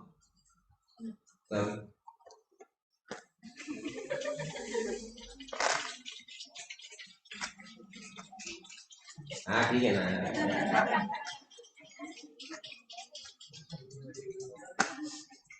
इतने तो चिप्स भी नहीं गिरे जितने बार आपने चक चक कर दिया सॉरी सॉरी क्या होता है छोटे मोटे कुछ भी सॉरी सॉरी हाँ जी तो अब देखिए जैसे ही हमने उनके सारे क्वेरीज निकाले तो मेरा जो स्टाफ मेरे साथ था वो भी बड़ा ये हो गया बोले सर क्या है ऐसे अपने क्वेरीज निकाल दी उसके पहले तो मैडम अपने ऊपर बोल रही थी चलो पनीर मखनी खाते हैं बटर मखनी खाते अभी तो चाय के लिए भी नहीं पूछ रही दो बार बोला बच्चे ने चाय मंगवा दो तो बोले वहां से ले लो मशीन लगा रखी उधर वहां से ले लियो ऐसे जवाब दे ये तो होना ही था भाई तो अभी 30 गाली पड़वाया है बॉस से उसके कहीं को तेरे चाय पिलाएंगे हाँ सर क्या करें मैंने नहीं भाई अपने को सपोर्ट तो चाहिए होगा without that support we can not do audit right उनको थोड़ा फिर हमने ये किया वापस नॉर्मलाइज किया मैंने देखिए आपके पर्सनल इश्यूज को हाईलाइट करना हमारा उद्देश्य नहीं था ये सिस्टम की इश्यूज है आपकी गलती नहीं है जो स्टाफ आपके साथ है वो ठीक से काम नहीं स्किल लेकर हो आपकी गलती नहीं जो स्टाफ आपके साथ काम कर रहा है जो आपके नीचे काम कर रहा है they are not doing their performance आई बात समझ में हाँ सर मैं भी तो वही बोल रही हूँ तो ये कुछ क्वालिटीज आप में होनी चाहिए जो अभी हम पढ़ने जा रहे हैं एज एन ऑडिटर ठीक है बिफोर दैट एक अंडरस्टैंडिंग कर लेते हैं the management of exotic tours and travels request it's auditor Raja and company to provide an assurance report on the financial information for the first quarter of a year by skipping required detailed procedure ये कौन सा assurance होगा ये कौन सा assurance बताइए limited reasonable की moderate ये कौन सा एश्योरेंस होगा क्यों लिमिटेड है हम सिर्फ एक पीरियड की बात कर रहे हैं यहाँ पे एक साल की बात नहीं कर रहे तो ये कौन सा एश्योरेंस होगा मेरे भाई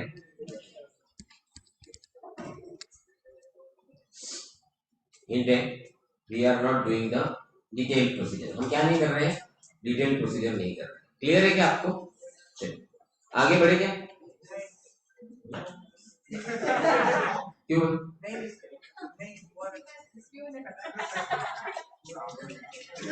तो किसकी टीम में एमएसपीएल में किसी के नहीं सब सब बच गए चलो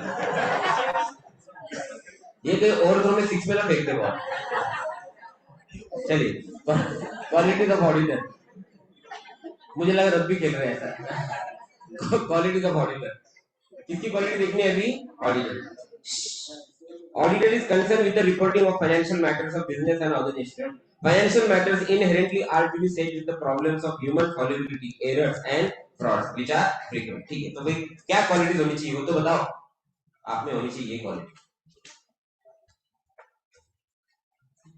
इसके ऊपर चार्ट हुआ करता था पहले अभी इन्होंने एकदम इसको शॉर्टकट में लिया है पहला कौन सी tag what is tag to take the data देखो अपन डेटा के गुलाम है ऑडिटर दिया तो ऑडिट होगा नहीं तो क्या होगा नहीं तो डेटा लेने के लिए टैग यूज करो क्वेश्चन संभाल पढ़ा होगा आपने को डेंजर है यस फॉर्मलेस एक बार ओपिनियन देते फॉर्म लेते जीएसटी लगेगा तो लगेगा बाद में तो बोल एग्जेम्पशन है क्या ऐसा take your time give form opinion form opinion good temper what do you mean good temper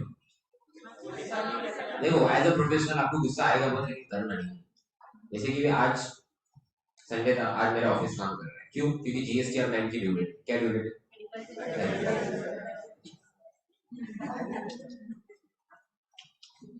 ठीक है आई बात समझ में ऐसा ना 31 दिसंबर ड्यू डेट तो मैंने ट्यूसडे को मैसेज डाला था कि ये संडे को हम काम कर रहे हैं बच्चों को 5 दिन दिए तो भी आज जो है 19 में से सिर्फ 12-13 बच्चे हैं 5-6 बच्चे का परसों को message today can not come today going outside ये आया वो एक ने डाला my in-laws are coming I have to go to pick them उसको वेलकम बोलते पिक नहीं बोलते तू चूज नहीं कर रहा कौन है, हाँ तुम ही मत ये तू रिसीव करने जा रहा, पिक क्या होता है, ये ऐसी तो इंग्लिश है, I have to go to pick, receive नहीं होता है डॉगलेट नहीं आया। अब वो 6 बच्चे नहीं आए लेकिन 12 आए, फिर वो क्या बोल रहे यहाँ नहीं रहे अंदर से, अब वो मेरे को बोल रहे बाकी नहीं आए क्या, इनडायरेक्टली उन्होंने बोल दिया उनको जो बोला, समझ गया। अब मेरी हालत कितनी खराब, भाई मैं तो आ गया, वो नहीं आया तो मैं क्या करूँ यार, फिर जो आए बच्चे उनको फिर ये सब संभालना पड़ता है, गुस्सा भी बहुत आता है, फिर कंट्रोल करता हूँ कि नहीं नहीं इनके पास काम बहुत है, फिर मैंने मैसेज डाला all dear all I have informed you earlier you should have informed me that you're not coming, this is not a good behavior, ऐसा वैसा, इस वजह से उनको भी डांट पड़ गई और जो आए उनको भी अच्छा लगा, उनको कैसा देखा गुस्सा बहुत आता है, गुस्सा बहुत आता है लेकिन कर नहीं सकते एज अ प्रोफेशनल, क्या रखना पड़ता है, बहुत गुस्सा आएगा, बात बात पे आएगा, जूनियर पे आएगा, सीनियर पे आएगा, क्लाइंट पे आएगा, गुस्सा पीना पड़ेगा, ऑप्शन नहीं, प्रोफेशनल्स के लाइफ के अंदर आपको करना ही पड़ेगा, ये सीखना पड़ेगा, बात बात में दिमाग लगाना, सिग्नल के ऊपर कोई पीछे से हॉर्न बजा रहा है उसको नीचे उधर के चिल्लाना, उसके ऊपर गुस्सा करना, ये सब आपको सीखना पड़ेगा गुड टाइम। मैं अभी तक सीख रहा हूँ, आई am not very good but I am learning, तो यू हैव टू लर्न। सबसे इंपॉर्टेंट चीज इंटीग्रिटी, ऑनेस्टी बोलते हैं इसको, ऑनेस्टी होनी चाहिए आपको। ऑनेस्टी का क्या मतलब है पता होगा, ईमानदारी, किसी को मैनेज नहीं होना, क्या चाय क्या सच्चाई है, अच्छा चाय सुना के चाय क्या है, डिस्क्रिशन, डिस्क्रिशन मतलब क्या है,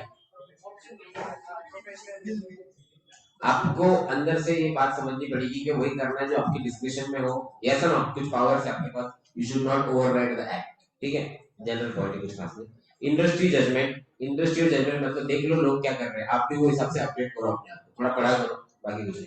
पेशेंस, बी पेशेंट, एमएमएस नहीं मिल रही तो इम्पेशेंट मत हो, ऐसा ना, आपको सिखाया जा रहा है ऑडिट में कि एक प्रोसेस है और इस प्रोसेस को क्या करना है आपको फॉलो, क्या करना है, you will get MMS, don't be impatient and break the process, क्योंकि प्रोसेस ब्रेक की तो आप लॉफुली कुछ गलत काम कर रहे हो, इज इट क्लियर। इसलिए जनरली बोला जाता है ट्रस्ट द प्रोसेस, क्या बोला जाता है, focus on the not on the result आ जाएगा, आई बात समझ में, बोलते हैं कुछ लोग,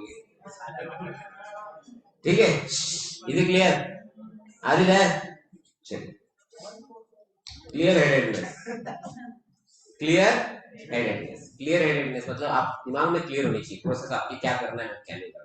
सबसे बड़ा चैलेंज प्रोफेशनल जब आप होगे क्या होगा पता है आपके लाइफ में, not executing the work, leading the work, और ये बात आपको आज नहीं समझ आएगी, सेकंड ईयर ऑफ आर्टिकलशिप में समझ, कि आप एज अ सीए स्टूडेंट या सीए के फ्रैटर्निटी में जिंदगी में सिर्फ एक ही सब जूनियर रहते हैं, जैसे ही आपके बाद की बैच पास होके आपके नीचे आ जाएगी काम करने के लिए, आप सीनियर हो जाओ, और ये बच्चे इतने खतरनाक जज करेंगे आपको, तब आपको याद आएगी मेरी हर एक बात, क्योंकि तब आपका सीनियर रिस्पेक्ट करता है कि आप आपके जूनियर से काम करो, और आपका जूनियर काम करेगा नहीं, वो भी आपके मजे लेता है, और सीनियर बोलता है इतना काम नहीं करा सकता तू, और जूनियर बोलता है मैं क्यों तुम्हारा सुन, तो सीनियर तुमको बोलता है काम करो, जूनियर बोलता है करूंगा नहीं, और दोनों का काम तुमको करना है, या तो सीखना है काम कैसे करवाना, आगे बात सुनो, ऐसा ना, तो थर्ड ईयर के होते होते तुम्हारे पास 5 से 6 सबऑर्डिनेट होंगे जो तुमको मैनेज कर,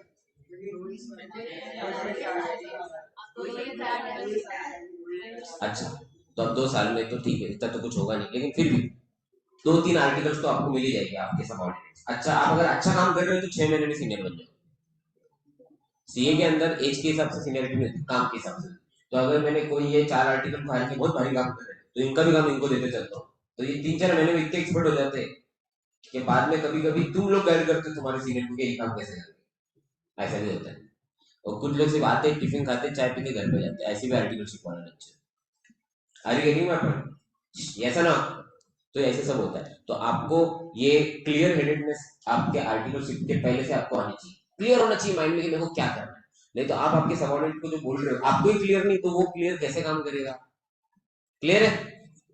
रिलायबिलिटी, रिलायबिलिटी का मतलब है जब मैं तुमसे कोई बात शेयर करूं एज अ क्लाइंट, तो तुम किसी को और को शेयर मत। मेरे साथ तो बहुत होता है, हम 1200-1300 क्लाइंट को मैनेज करते हैं, शायद उससे ज्यादा, आईटीआर वेटर पकड़ के। इतने लोग आते हैं, भाई भाई की बातें बोलता है, हस्बैंड वाइफ की बातें बाकी बोलते हैं, त्यांना सांगू नका माझी इन्व्हेस्टमेंट म्युच्युअल फंड मध्ये, वाइफ बाकी बोल रही है मैं गवर्नमेंट जॉबला है ना, मैं माझे पैशातून इन्वेस्टमेंट की, मैंने मेरे पैसे से म्यूचुअल फंड में डाले, हस्बैंड को मत बताना।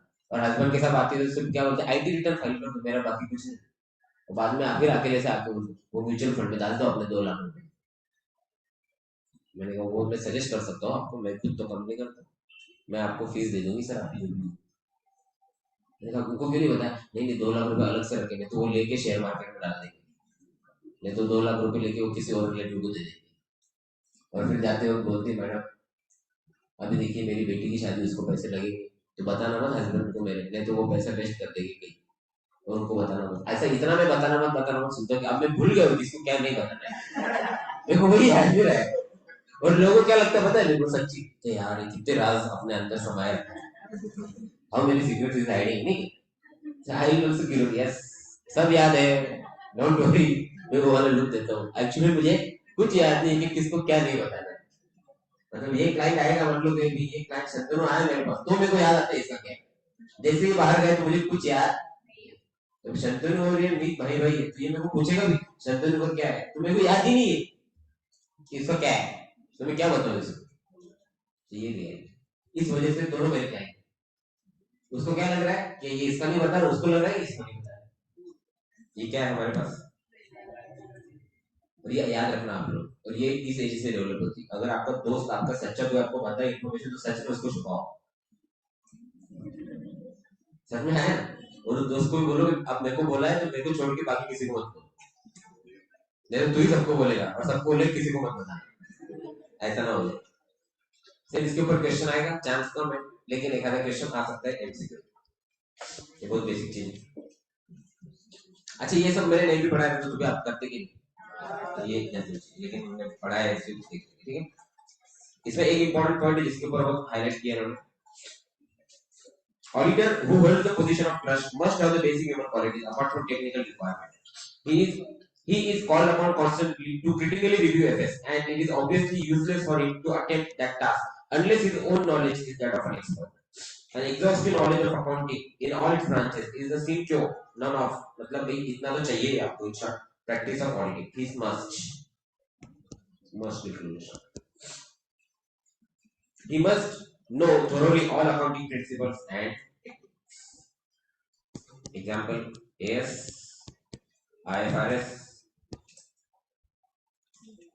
लॉ, टैक्स एक्सेट्रा, ये सब का नॉलेज होना ही चाहिए। और तो दो और क्वालिटीज आपकी आपसे एक्सपेक्टेड है, एक है नॉलेज और एक है ट्रस्ट।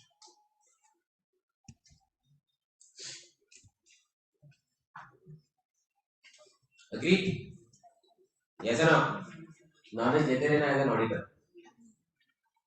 कितने सारे हमारे दोस्त हैं जिन्होंने प्रैक्टिस की, प्रैक्टिस के अंदर उनको ऐसे क्लाइंट मिले, वो क्लाइंट से वो सीख लिए कि धंधा जो करते हैं इसमें ज्यादा नॉलेज है सीएस, उसके साथ रह के सारा धंधा सीख लिया, बाद में प्रैक्टिस छोड़ के वही धंधा करने लगा, and they are earning 1,000 times of practice, percentage में 1,000 टाइम्स है। ऐसे ऐसे बिजनेस, सिंपल चीज है। कोई क्लाइंट है मेरा, वो रियल एस्टेट में काम करता है, बिल्डर है, मैं उसका जीएसटी का कैलकुलेशन करता हूँ, मैं इनकम कैसे करता हूँ, देखो नहीं समझ रहा हूँ कितना कमा रहा है, तो आप पूछ रहे सर आप क्यों नहीं करते। अब ये सब चीज करने के लिए आपके पास एडिक्वेट कैपिटल चाहिए, आई बात समझ, यस ना। और मुझे मजा आता है प्रैक्टिस में उसमें, मुझे नहीं मेरा इंटरेस्ट है मैं जाके कुछ धंधा करूँ, यस ना, यस, इसलिए मेरा नेचर वैसा नहीं। लेकिन मैं मेरे घर वालों को, मेरे वाइफ को, उनको नहीं रोकता हूँ कि आप बिजनेस करो, मेरा देखो ऐसा वुमन एम्पावरमेंट में आपको पता है मेरा पूरा ट्रस्ट है, इसलिए वो उनके नाम पे जो चाहे बिजनेस, मैं कुछ इसमें इन्वॉल्व नहीं। चल यहाँ तक बोलिए बेटा, मस्ती नहीं, यस चलिए यहाँ तक कोई प्रॉब्लम है किसी को, ठीक है चलिए।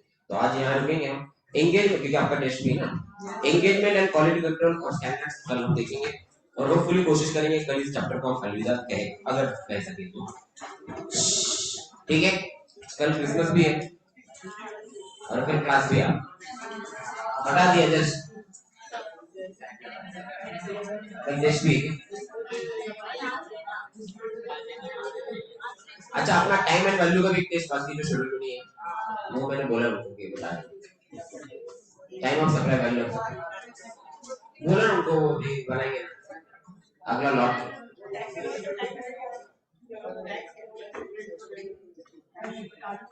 वो मैं डिसाइड